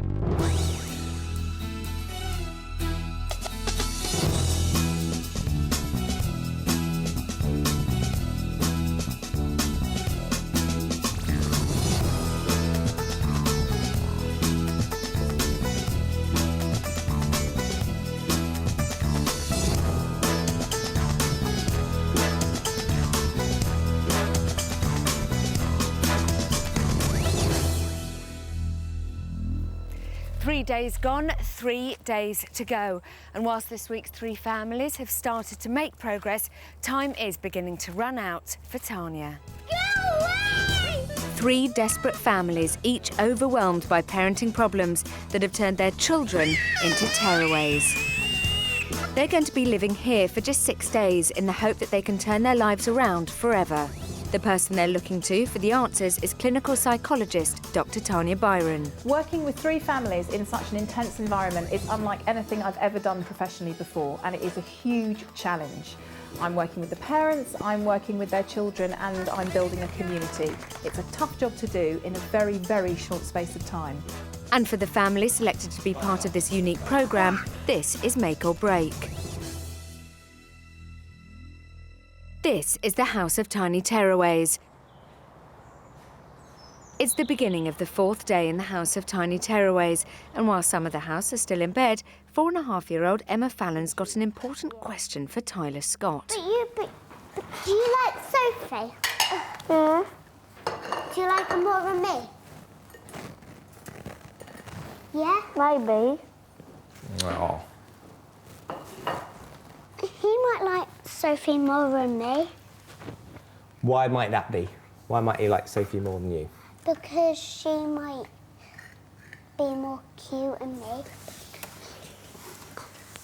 Now it's time for big I'm not sitting next to nobody. Do you want me to come and sit next to you? Start off. No, I want Tyler to come sit next to me. Come and sit next to Emma? No. I think Emma likes you. Ow. As a princess. I think you've got a little fan there. Yeah. Mm.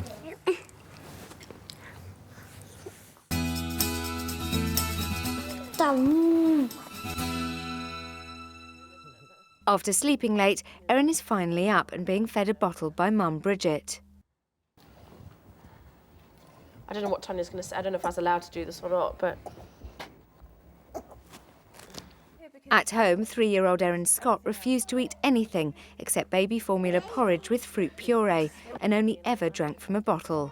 Yesterday, Tanya suggested that Mum Bridget should try giving Erin a beaker to see if she was ready to progress from her usual bottle.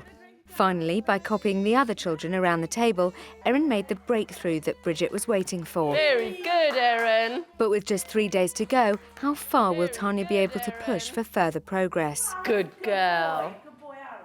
When Erin Scott arrived in the house, she always had to eat exactly the same food, using the same utensils, same bowl, same spoon. We're halfway in. Might you say that's it for the bottle? We're going to have a chat. You know, Erin has woken up hungry and thirsty, and it would have been such an ideal opportunity for Bridget to try a beaker. Even if it wasn't taken, it would have been useful to see that, but the bottle went straight in. Yesterday, things really started to progress, didn't they? A lot. Last night, we had a different porridge oats used, so different taste. Same fruit puree, that was the only thing that remained constant, but different bowl, different spoon, and no bottle she only was allowed to drink from a beaker, which she did. And the interesting thing for me is that Bridget was so anxious about getting rid of the bottle, so anxious about changing the routines, and yet she did, and it was absolutely fine. What have you got planned for Bridget then this morning? I see such emotion etched on Bridget's face when she's managing Erin and feeding, a huge amount of emotion, but I suspect she is a woman who feels that the expression of emotion is to fail because she's so in control and so capable. When Bridget was a teenager, she gave up a little girl for adoption, and I'm curious about that, and I'm curious about the facts of the story, because the emotional content that she's holding around Erin's feeding for me belongs to other spaces and other places and other chapters of her life. So if I can, and very gently, I want to see if I can help her talk some of those issues through and think about how they may be linked to Erin's feeding problems. Having already fed Erin a bottle of milk, Mum Bridget now decides to give her a beaker in the hope that she'll repeat her success from last night. All the old ones, all the old. She's asking me for milk again, and I know that she wants a bottle with milk in it. And I want Tanya to tell me what to do. You want this lot to have beakers? Do you want to have a beaker thing? We could do beakers if you want. Would you? Yes, absolutely. Absolutely. Would you girls and boys, do you remember yesterday how we helped Erin to drink out of a beaker and we all did it together, didn't we? There we go. Kira, do you want to do it? One for Sophie. Erin, can you drink like Sophie? Tip it up like that. Can you do that? Well done, Sophie. Can Erin do it? Oh, yeah, well done, Erin. Yay. Fantastic. Mums Paula McLeod and Sue Fallon are outside with their children. Well, in a minute. Would you like to go on the tractor then? You'd like to drive it? OK. Kira? No, because I was on it first. No, Emma's going on it now, Kira. Kira, you get one chance.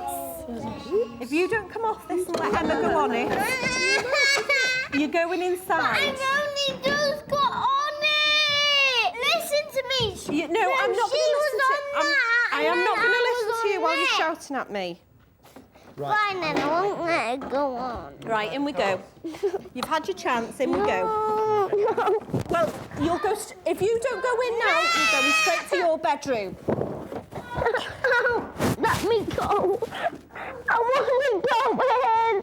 I want to walk. Walk then. 6-year-old Kira McLeod was making single mum Paula's life a misery, with her violent tantrums, demanding behaviour and cruel comments. Stupid bloody mum. Paula is learning to get tough with her daughter, and yesterday learned to time out Kira with Tanya's help. But there's still a long way to go, and Tanya is hoping that Paula will be able to manage Kira's difficult behaviour on her own.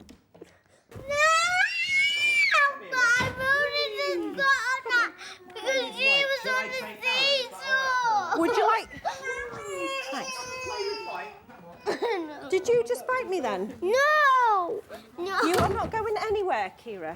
No. Should we go and talk about it on the... No. Right, straight to that room. Sorry, no. Mummy. No. Kira? No. I put you in this room because you hit me. No. No.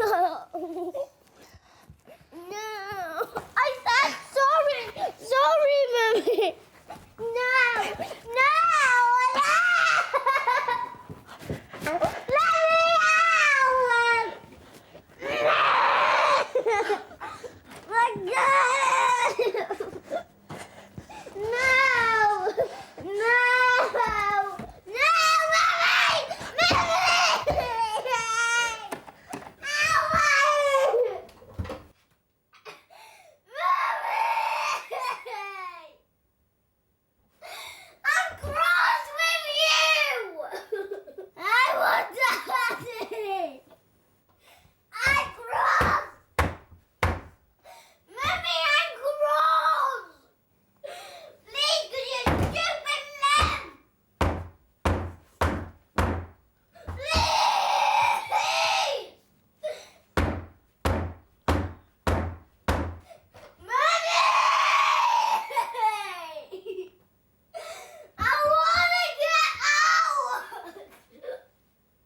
Tanya recommends that children are timed out for 1 minute per year of their life, so 6-year-old Kira is given 6 minutes to calm down.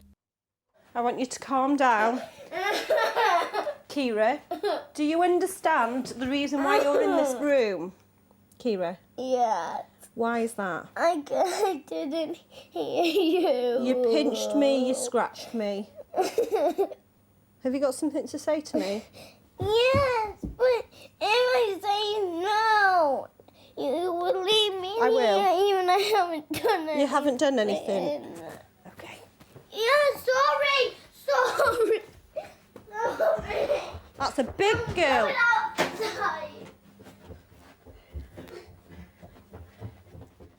Would you like to sit on the sofa and talk about it, Kira?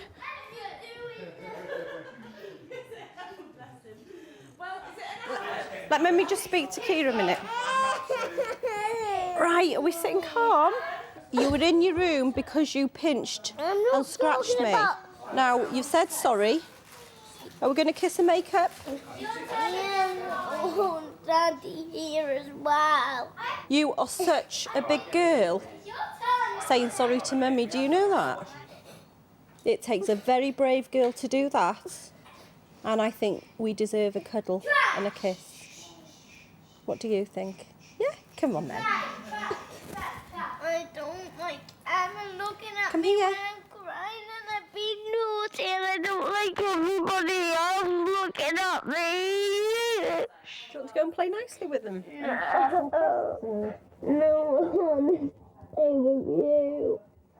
I can't read. Oh, I'm sorry, Tyler. There you go. Paula McLeod came in here. You said that she felt incredibly down. Just watching her this morning, she seems to have got a spark. She's smiling. She seems more in control. Is that because of Kira's massive tantrum yesterday and the way it resolved itself? I think it's been steady progress, and I think this is a very good example with Paula, Kira and with Erin of where simple behaviour changes can make a huge amount of internal emotional change. What I love about the kind of work we do in the house is actually some very simple changes in her behaviour have affected huge changes in her daughter's behaviour, improved the quality of their relationship, the bond that they have, and then you can see how at core she is now beginning to feel better about herself. Kira's tantrum just now was quite mighty. Were you quite impressed by Paula, as I was? She was very calm and she just kept on coming back with, can I give you a cuddle? I was really impressed with Paula. I think to do that kind of intervention with a child, any child, but particularly a child who tantrums as vigorously as Kira does, is a really tough thing to do for any parent, and particularly for Paula, who came in only 3 days ago telling me that she was completely low, completely exhausted and couldn't cope anymore. I think she's finding more and more strength within herself, and she proved that there. I really do think she did.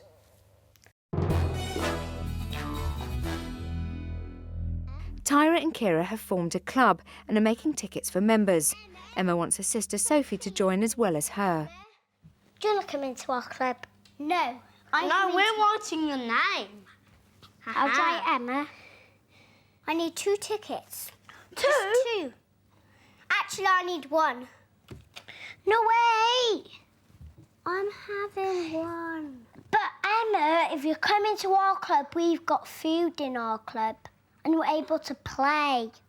Okay then, all right, again. I'm having that one. Aaron's. Okay. Anyway, no, can you come into our club after? Go and get that ticket off her, because that's for us.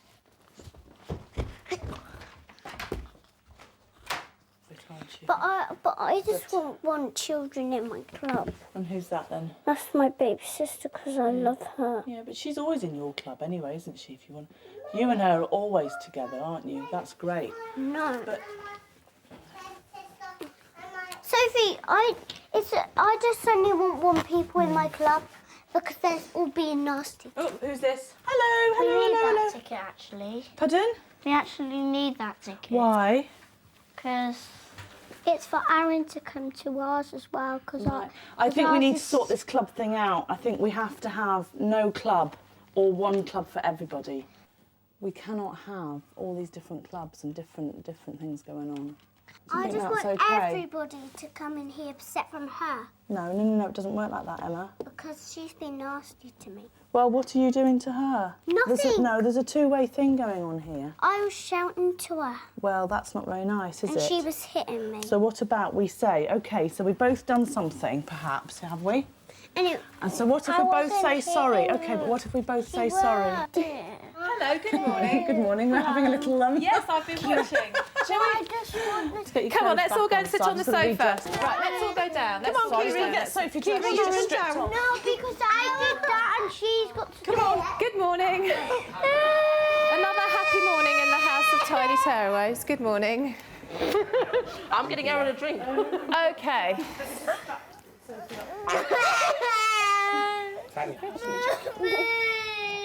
girl, Erin. Good girl. What's going on here, then? I think we need to try and sort this out. Who wants to tell me what's going on? Nobody? Do you want to tell Tanya, Emma, what's going on? Kira, why don't you tell Tanya, because you're older. You'll be able to tell Tanya better, probably, won't you? I'm not cross with anybody, I just want to know, really. Is it to do with this? What is this? Who made this? You made it. And it says Erin, and it's got a sticker on. And what did you make it for, darling? A club. A club. And what club is this? Who belongs to the club? Me and Tyler. You and Tyler. Right. So you and Tyler have a club. How do you think it feels if you and Tyler have a club and there are other children in the house who don't belong to the club? Do you think they might feel... What do you think they might feel? Sad. Sad. So do you think that Emma feels sad that she's not part of your club? She is part of my club. I put her in, but she doesn't want to. Right. Because she was being nasty to me and she was being pussy to me. Right, OK. OK. I just think this is the sort of stuff that happens in playgrounds and in social groups, and it's all very normal. Yep. But I think we probably just want to keep an eye on it because obviously it causes problems where there don't need to be any problems. First one who walks to the middle of the room and says, "I'm sorry." Gets loads of stickers. Come on. Because you want stickers, don't you? Sorry, Kira. Oh, well Good done. girl, Emma. Sorry, Emma. Fantastic. Well done. Well done.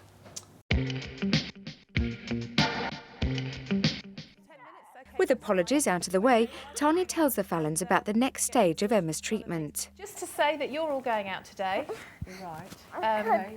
You're going to a centre which is involved with dog obedience and dog agility. Wow. I am really pushing it on. Yeah, but that's quite a leap, but no. So you're going to go and see some doggies today? Bless her. I'm stroke a dog. You're going to stoat a dod? Yeah. Are you going to stoat a dod? Are you? Excellent, excellent. Are you going to stroke a dog? And it's the first time. Emma Fallon is going to do what? Stroke a dog. For the very first time ever in her whole wide world. 4.5-year-old Emma's intense fear of animals was preventing the Fallon family from enjoying the country life they loved. With the help of Tanya and some furry friends, Emma is becoming more comfortable around animals, but her parents are desperate to see more progress as the end of the week approaches. Do you know, these dogs are the loveliest dogs in the world, and they do all sorts of fun things, so it's going to be a lovely, lovely day out. And the key words from your point of view would be, what are we thinking about? What are we looking at? I was thinking about, like, well, we're going to get on with it and reassure them that there's nothing to be scared of because they're all well-trained, well-behaved dogs. And we're going to have a good time, me and Sue. And they need to join in. They've got to join in with us. Absolutely. Yeah. You lead, they follow. And I think that you could possibly kind of crank up the assertiveness a bit. Yeah. So I'd say, you know, strong, clear voices, this is fine, less of the kind of protective body language, and just have a really lovely day. You've got a special car out there to take you to go and... What are we going to do today? What are you going to do, Soph? Stroke the doggy. Stroke the doggy. And what are you going to do? Stroke the doggy. Excellent. I look forward to hearing all about it. Have a lovely time. Bye. How do you think they're going to cope? Because Mum doesn't like dogs either. I think that it's a big test, because to go from a few sweet little farmyard animals in a few pens in the safety of this garden to dogs outside in the world, even though these are specially trained dogs, they are still dogs. And as Emma herself said this morning, I've never stroked a dog before. I think it really is a huge jump up the mountain. But for me, it is, as I always do with these outings, it's a test, not really of Emma and whether she manages it, but definitely of Mike and Sue to see how assertive they can be. And the big challenge I set up for them was, she has to be anxious in front of a dog, she has to stay there, and she has to recognise that her anxiety goes down. How important is it that this phobia is treated? It does have an impact on the quality of their life. And although it may not seem as enormous emotionally as some of the other problems we've got in the house or we've had in the house, I think it is a huge issue for the family and for this little girl. And I think it also kind of, if you allow a child to have a phobia and the phobia develops because you just think, oh, well, it's not such a big deal, we'll just avoid whatever it is the child is afraid of. I think fundamentally it gives the child a message that they can be anxious and avoid things in life, and that's okay. And I think that's a very dangerous message to give children, because life is a series of challenges and children should have the confidence to feel that they can stand at the bottom of the mountain, look at the peak and have some self-belief that they can make it to the top.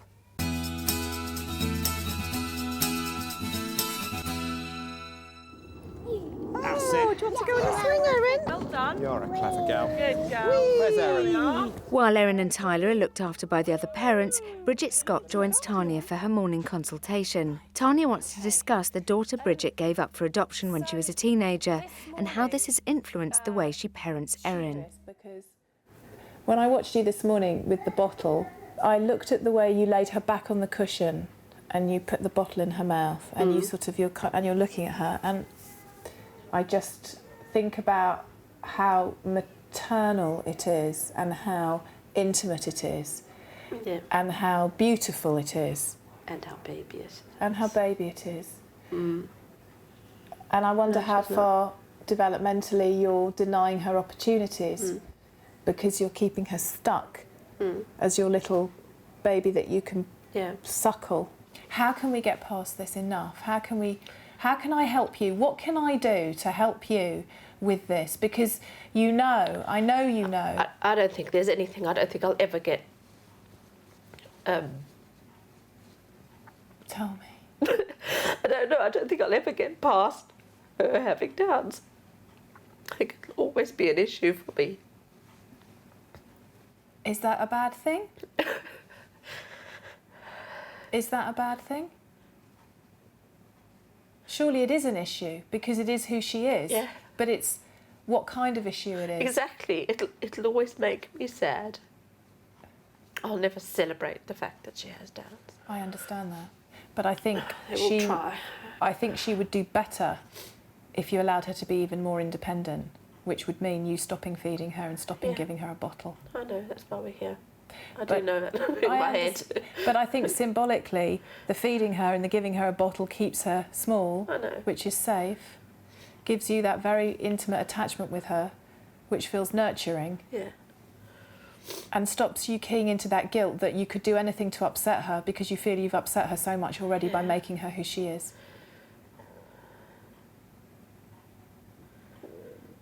Bless her. How far do you think this has a link into the fact that you had, as a teenager, a perfectly chromosomally fine daughter who you gave up for adoption?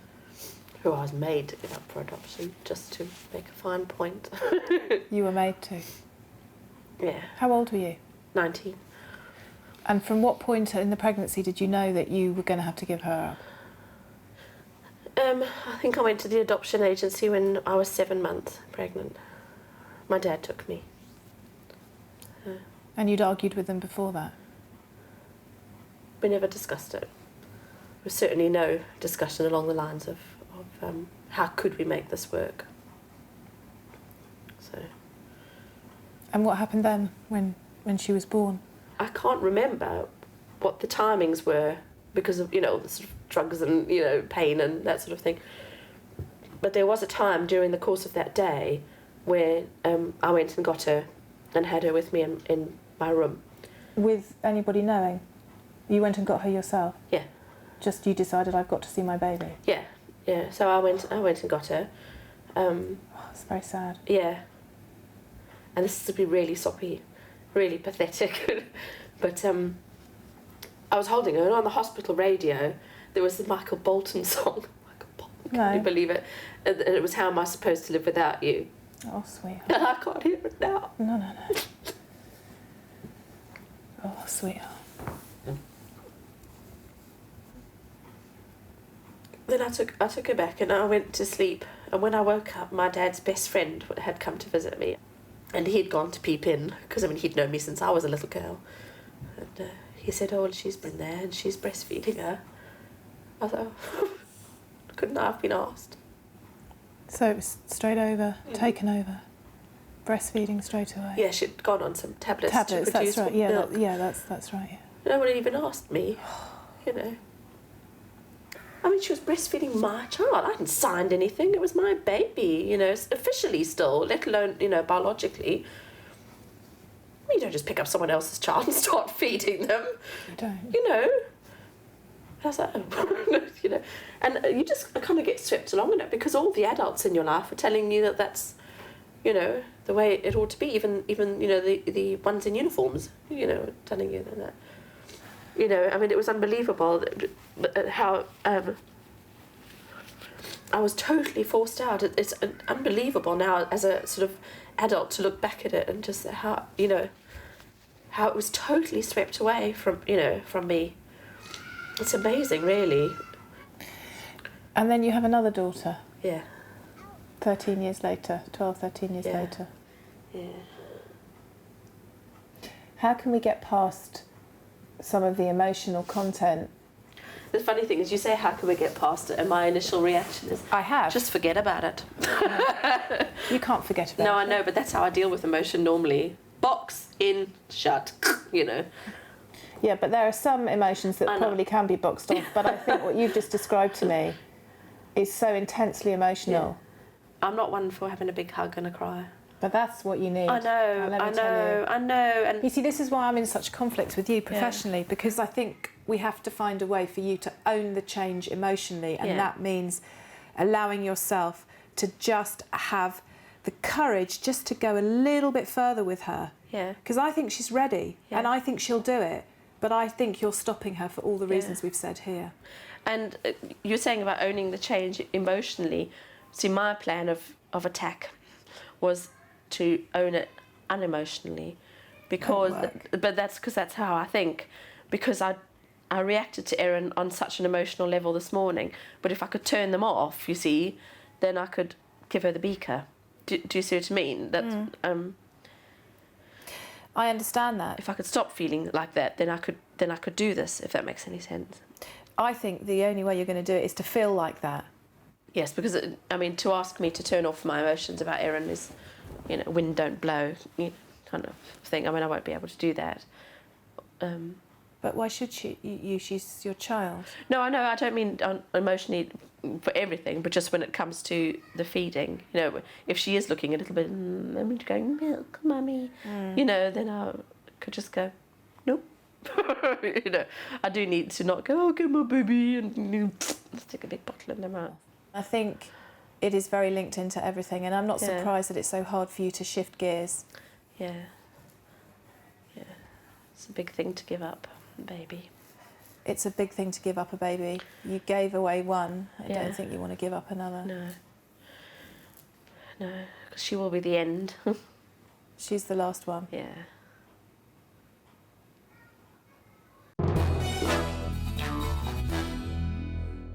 Following her consultation with Tanya, Bridget is putting 3-year-old Erin to bed for a nap. Is that better?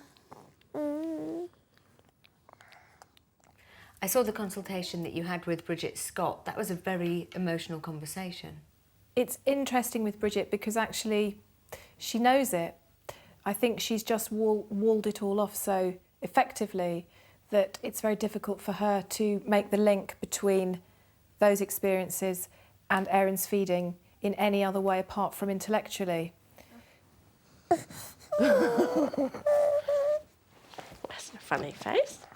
I think the story about her having to say goodbye to her first daughter, the daughter she had in teenage, when the adoptive mother was breastfeeding that child, that for me was unbelievably sad to sit with her and hear her talk about that. And of course, in my mind, there are so many links there with feeding a daughter, letting a daughter down. You just feel absolutely heartbroken for Bridget, who has done so incredibly well as a single mum, but who is just, I think, holding it all together. And I'm concerned, really, that she needs a lot of TLC and a lot of looking after, and I feel I need to give her a lot of that before she leaves. What other plans, then, do you have for them regarding today? Is it just support and looking after her? And more exercises around chewing and sucking and licking and blowing and biting, more work with the beaker, just very, very, very slow progress. I think the progress can only be slow with Erin because I think anything too big, like let's just chuck the bottle out now, will completely freak Bridget out. It'll take her out of her comfort zone and then we'll just go back to square one. So I think it's really, really, really very, very slow progress. You're okay.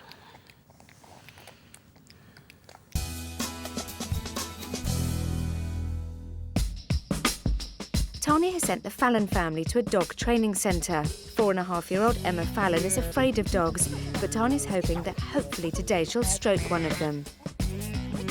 Mum Sue and Dad Mike must be more assertive and show Emma that there's no danger. At the beginning of the week, Tanya taught Emma a breathing technique to use when near animals. A traffic light symbolises how anxious she feels. If she's at red, Emma controls her breathing and pretends to blow out candles to get her down to amber or green. Here we go. Today, they must put this system into practice away from the house. We've got an action-packed session for all of you to take part in. To ease Emma in, the first dog the Fallons meet is Tess, who's very placid and friendly.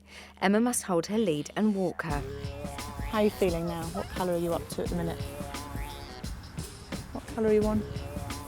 Emma's anxiety is high as she refuses to stroke Tess or even hold her lead.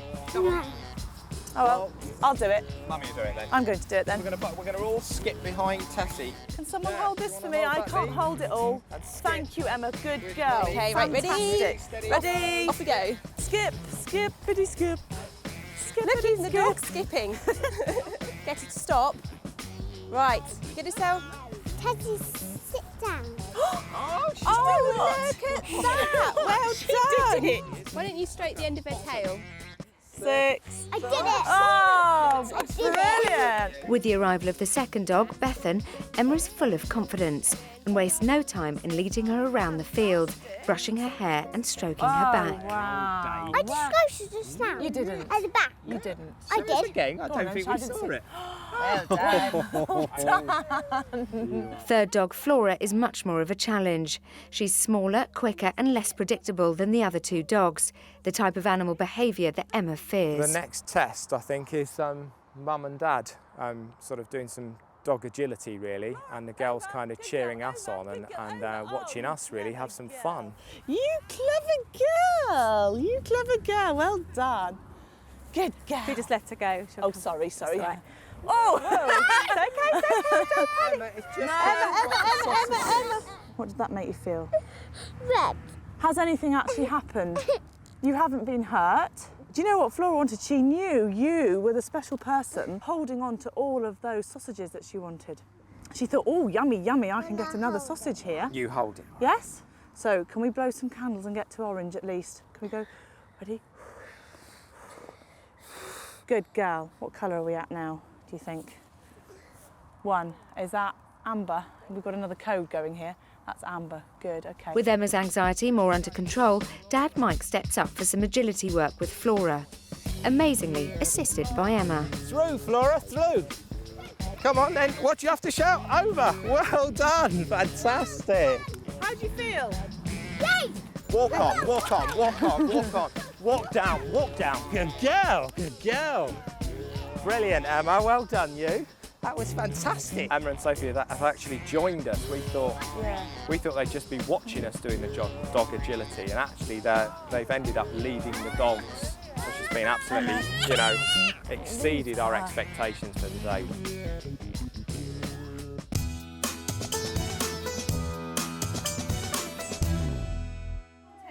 It's lunchtime, and to help Erin explore new foods, Tanya has brought in a selection of different crunchy foods for Erin to explore. Shall I just give you a little bit of a science moment here?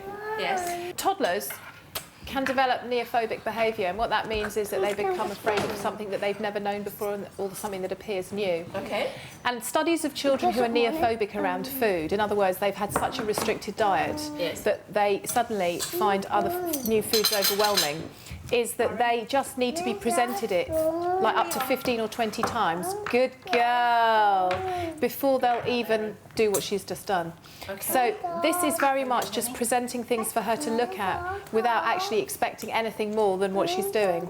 So this is just much more about presentation and her understanding things and exploring, if she can, than actual eating. It's having the knowledge that you have of knowing that one day she would do it, because she will do it. A lay person would say, "Well, I've tried it 5 or 6 times now." Exactly. But studies are like up to 20 times before they'll even tolerate it on the plate. I'm sure there's a world record that Erin could break. She is looking, and she's not distressed, and she's exploring, and she's putting it in her mouth. The fact is that she's not distressed, because normally she does this. Yes, absolutely. So, enjoy. Just see you later. Yum, yum. Yum, yum. Watch this, Erin. I'm ready for Don't that. copy me, children. Watch this, Erin. Hey, bye-bye, Wormy. No, Mummy. Ooh, look at that Wormy. Erin, do you want that voice paper?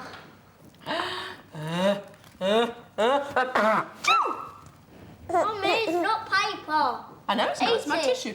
Red, the red one. Yes. No. Yes. No. Really. Can you bite that? No. No, I don't think so. What's these for then? No. Is that the first one what she's had? No, what she does is she sucks them and then puts them back in the bowl. No. Bon appetit, everybody.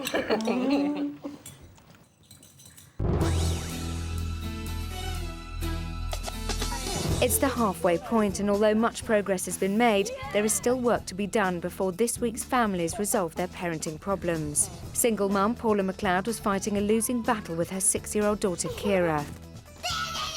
Tanya has taught Paula techniques to tackle Kira's aggressive outbursts, and Paula is starting to regain control and build a bond with her daughter. Mike and Sue Fallon are seeking Tanya's help in overcoming their 4.5-year-old daughter Emma's intense fear of animals. They're anxious to put an end to her phobia before it transfers to younger sister Sophie.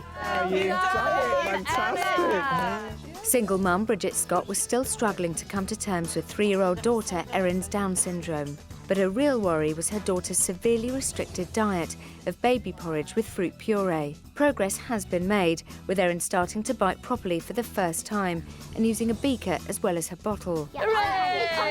Good. But maintaining these advances has been difficult, causing Tanya to seriously consider the next step forward. Still to come. So tomorrow we're going to start cracking parenting in public. I am dreading that, actually.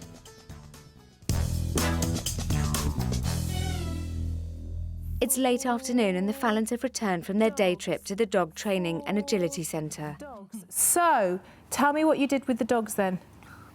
I held the lead and it was the first time. You held a lead? Yes. You held a dog on a lead? Yes. And then what did you do? I walked and it walked with me. The dog walked with you? Do we like dogs now or don't we like dogs? No. We don't like dogs? No. Has she done better than you thought? Oh yeah, way and above. Really? I mean, we thought she would stroke a dog. I did think she would do that, but I thought it would be later on. It was within about 2 minutes she did it. Signs of anxiety anywhere? Yeah, there was 1 or 2 incidents when one of the little dogs, we'd done some agility, and then I let the dog go, which is what I mean, you know, she said to do it. And Emma was holding the treats, the dog treats. Of course, the dog went straight for Emma. So Emma did her usual kind of like and all this. Yeah. But I stood back. I stayed away from it for a little while, you know. Yeah. And the woman got the dog back on the lead, and then I went up to Emma and we did about the colours, and she felt red, but then we came through that. And within about 2 minutes, she was sat on the lady's knee with a dog next to her, ready to do the next part of agility. So what's still to work on, do you think? I think when animals are loose around her and running around, I think that was still an anxious moment for Emma. Right. Especially a puppy. So I think that may be worth working on. Okay. Element so the movement. She did, you know, anxiety levels went up. Yeah. And someone took the puppy away. Right. So they dropped. I mean there were still some cats around, which was good. I can still see us walking along our canal at home. Yeah. And I can still see that she's going to see a dog walking towards us, and it's going to get this anxious, that's going to trigger it. I still feel we're going to have that. Right. But then, I think we have learnt how to handle it better and not go, ooh, darling, darling, it's fine, stand back. But maybe dogs and movement is where we need to go next. Yeah, I think okay.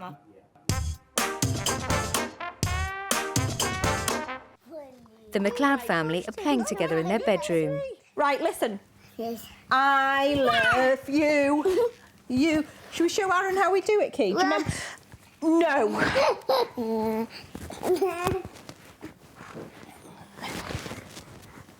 You go in that corner because you bit Mummy. Why? That's very naughty. You stay here now. Where did you bite? Where did you bite? Yeah. You stay there till Mummy comes. Ooh. What? Oh, gosh, I'm bleeding. There we go. Oh, thank you. Is that magic water? Thank you, honey. Ow. Hey. Oh, can you just put it on for me, please? Yeah. Sorry, Mummy. Right. Do you know it's naughty to bite? Yes. You seen what you've done to Mummy? Yes. That's naughty, isn't it? Right. Ooh. He's playing with his taps again. I think I know what he's doing. Just watch. Ow. What's that for, Erin? For my sore? Yes. Magic water? Yes. Thank you very much. It's so kind of you. Thank you. And I did some for you. Thank you very much. But we won't do it again, will we? No. No. Thank you.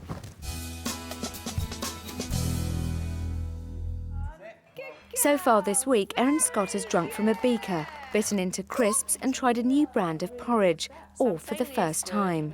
But despite these successes, today has seen a halt in her progress, with Erin refusing food and mainly drinking from a bottle again. Bridget hopes the other families in the house can help her to encourage Erin to get her progress back on track. Back up. Yeah. Did it all on her own big stomach. Oh! I might be the first one to finish. Should we do our beaker session? What about if we did cheers? Do you know how to do that? I know. Cheers. You do cheers, you too. Cheers. Cheers. Cheers. And then down the hatch. Cheers. We used to say cheers, big ears, didn't we? Cheers, ears. Erin, do it. Cheers, ears. Cheers. Can you do it? Cheers. Cheers. Cheers. I can't wait. Down the hatch. Mummy, can I just get... And cheers me. Cheers. Off the table. Cheers.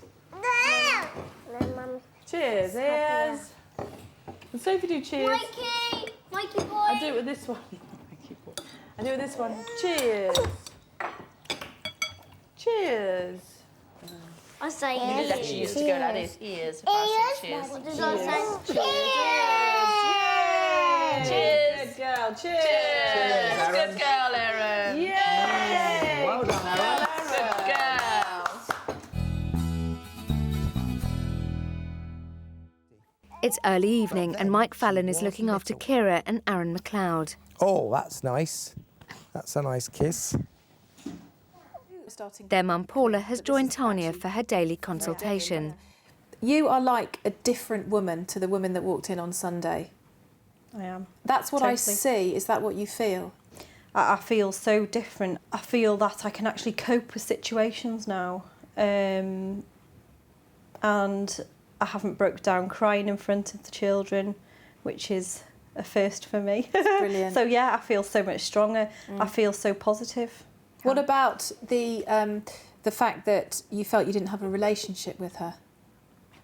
I feel like I've got a relationship with her now, definitely. How would you describe it? Mother-daughter relationship, friends, loving, affection, hugs and kisses. And she's actually asking for loves and kisses, which she's never done to me before. And why do you think that was? Because I'm actually giving her the positive attention she needs and saying how much I love her, and which I haven't really done with Kira. And is she the enemy? No, definitely not. She's my best friend and my daughter. I'm so proud of her. Now, we've had 2 major tantrums from her in the house. One was yesterday when we were working together. That's right. And that lasted for just over an hour. And then there was one today when you were completely on your own. Do you know how long that lasted for? No. It seemed like forever. 20 minutes? 20 minutes, so that's a lot less than yesterday. Yeah, it's a third of the time. That's really good. And you didn't have me in your ear going, do this, do that and do the other? No. I was thinking, oh, am I doing this right? But well, clearly you were, because the intensity was less, but also the length of time was less. Now, there's also been the comments like, I don't love you, I love Daddy, I want my Daddy, Daddy should be here. And in the past, that's the stuff that would have been a knife through your heart. It would have been. And we had some of that today as well. We did. And how did you respond to it today? I just ignored it. I feel like she says it now and it just goes over my head. I don't even think about it because, you know, it's made me aware that she is a 6-year-old child, and what she says she doesn't mean, because straight after the tantrum she's fine. I love you, Mummy, and everything. I used to take it too personally before, but now it just goes over my head. Right, now what I want to do is to give you this. This is a little diary for you, and what I'd like to encourage you to do is just to keep writing down all the different skills that you're using and the techniques and what you've learned. Right. Because when you go home back to your environment, the chances are the behaviour will deteriorate again. It always does, because she's away from this magical place and she's back at home and it's normal, boring life, and it's the environment where it always occurred. And you may, because obviously you came in and feeling so kind of emotionally weak, you may shake a little bit and feel a little bit unconfident. So what I want is for you to have this as something that you can just read back to yourself and think, yes, I did do that. I can do that. Yes. I know it works. Just in terms of the fact that we've got 2 days left, so there's a lot of time still, are there any things that you are concerned about that you would like some more thought with me about? Anything you want a particular focus on? It's funny you ask that, because I had a situation on the train on the way here where she was pulling my hair and smacking me across the face in front of people on the train. You know, if I come into that crisis situation again, what would I do in public? What did you do? I near enough cried and some man came to help me. Oh, really? Because I just couldn't control the situation and I was just so embarrassed, I just didn't know what to do. What I think she might respond well to, because she likes the angels, is a more robust sticker chart. So something where for every 15 minutes of good behaviour she gets a sticker. If she gets so many stickers out of so many stickers, she knows that she'll get a treat at the end of the journey. Because she really loves that mobile and she thinks about it a lot. So we can think about how you can make those sorts of strategies something more portable that you can use in public. So tomorrow we're going to start cracking parenting in public. Ooh, fun. Fun. I am dreading that, actually.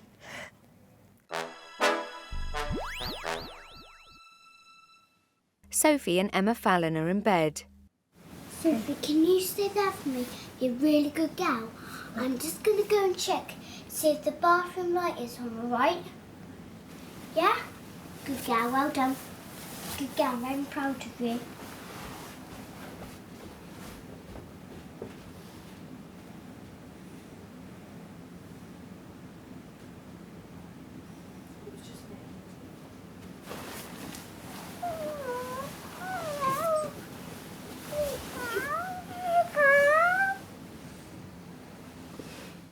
Next door for 6-year-old Kira McLeod, it's time to settle down for the night. Do you know what, Kay? What? You know, when we go home, we'll be doing bedtime like this. Do you know that? Without me telling? Yeah. Why? Why? Because this is what it's supposed to be like here, isn't it? No, I want my son. Do you not like the girly nights and the girly chats that we have? Yeah, but I like my telly on. Okay, honey? Shall we? Yeah. Okay, right. Good night, honey. Love you, baby. Oh. Yeah, just look in the mirrors and sort of your hair. I know, it's a mess, isn't it? I'm always looking a blinking mess. Good night, honey.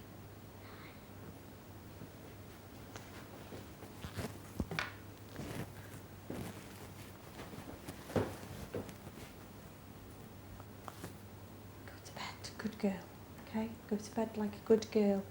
Tanya will be coming with them special fairies tomorrow. Good night.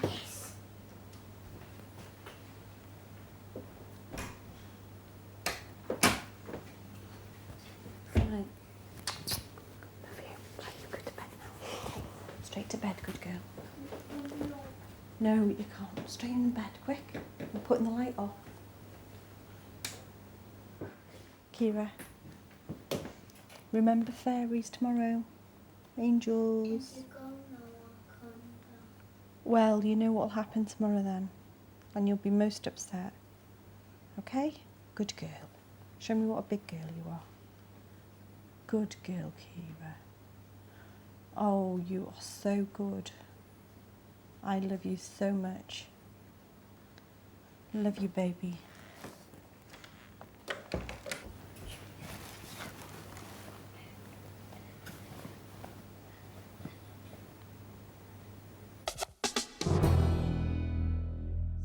After observing Erin Scott's poor intake of food and liquids throughout the day, Tanya takes Mum Bridget aside to discuss Erin's progress and how to move it on, using a combination of bottles and beakers to increase the amount she drinks, and by setting a goal to help Erin's feeding. How do you feel overall about how things are going? Are you feeling disappointed? Are you... No, very positive.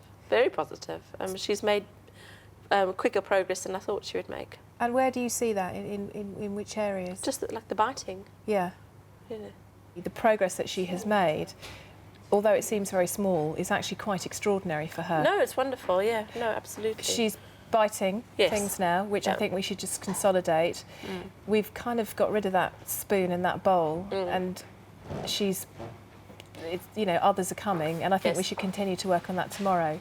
In terms of drinking, she's got to have the bottle. I mean, we both agree with that. Although I think to have her little sports bottle around, to encourage her to try and use it in between the bottles, I think she'll be less stroppy about that tomorrow. Right. Because she won't be as tired. Right, OK. Now, as far as food goes, do you want to keep trying slightly different porridge, just to kind of see if we can just move it outwards a little bit? Yeah. And I think to keep the porridge slightly stickier than it has been, so we can try and get her to tolerate swallowing something that feels a little bit lumpier. Yeah. I mean, it really is going to be small steps. Now, with the self-feeding, I think it would be just sort of more of the game that I played with her on the second day you were in on the Monday, just seeing if she can get it to here. Yes. And to see if she can lick it. I mean, almost using your hand to guide her as well. If you find that she's finding it tough with you, I'll spend meal times with you tomorrow and I can do it with her as well. Yeah, I mean, it's an attitude problem with her to do it for me, isn't it? I think so. And I think also because this is quite overwhelming and you're tired and stressed. I mean, it's just the whole thing. So I'm happy to come and sit and do that with you. Yeah. So just so I'm clear, when you leave on Friday, what do you feel are your what do you want to be able to leave with? I would like her to have put a spoon in her mouth. Self-feeding? Yeah. OK, so that's something we can really crack into tomorrow.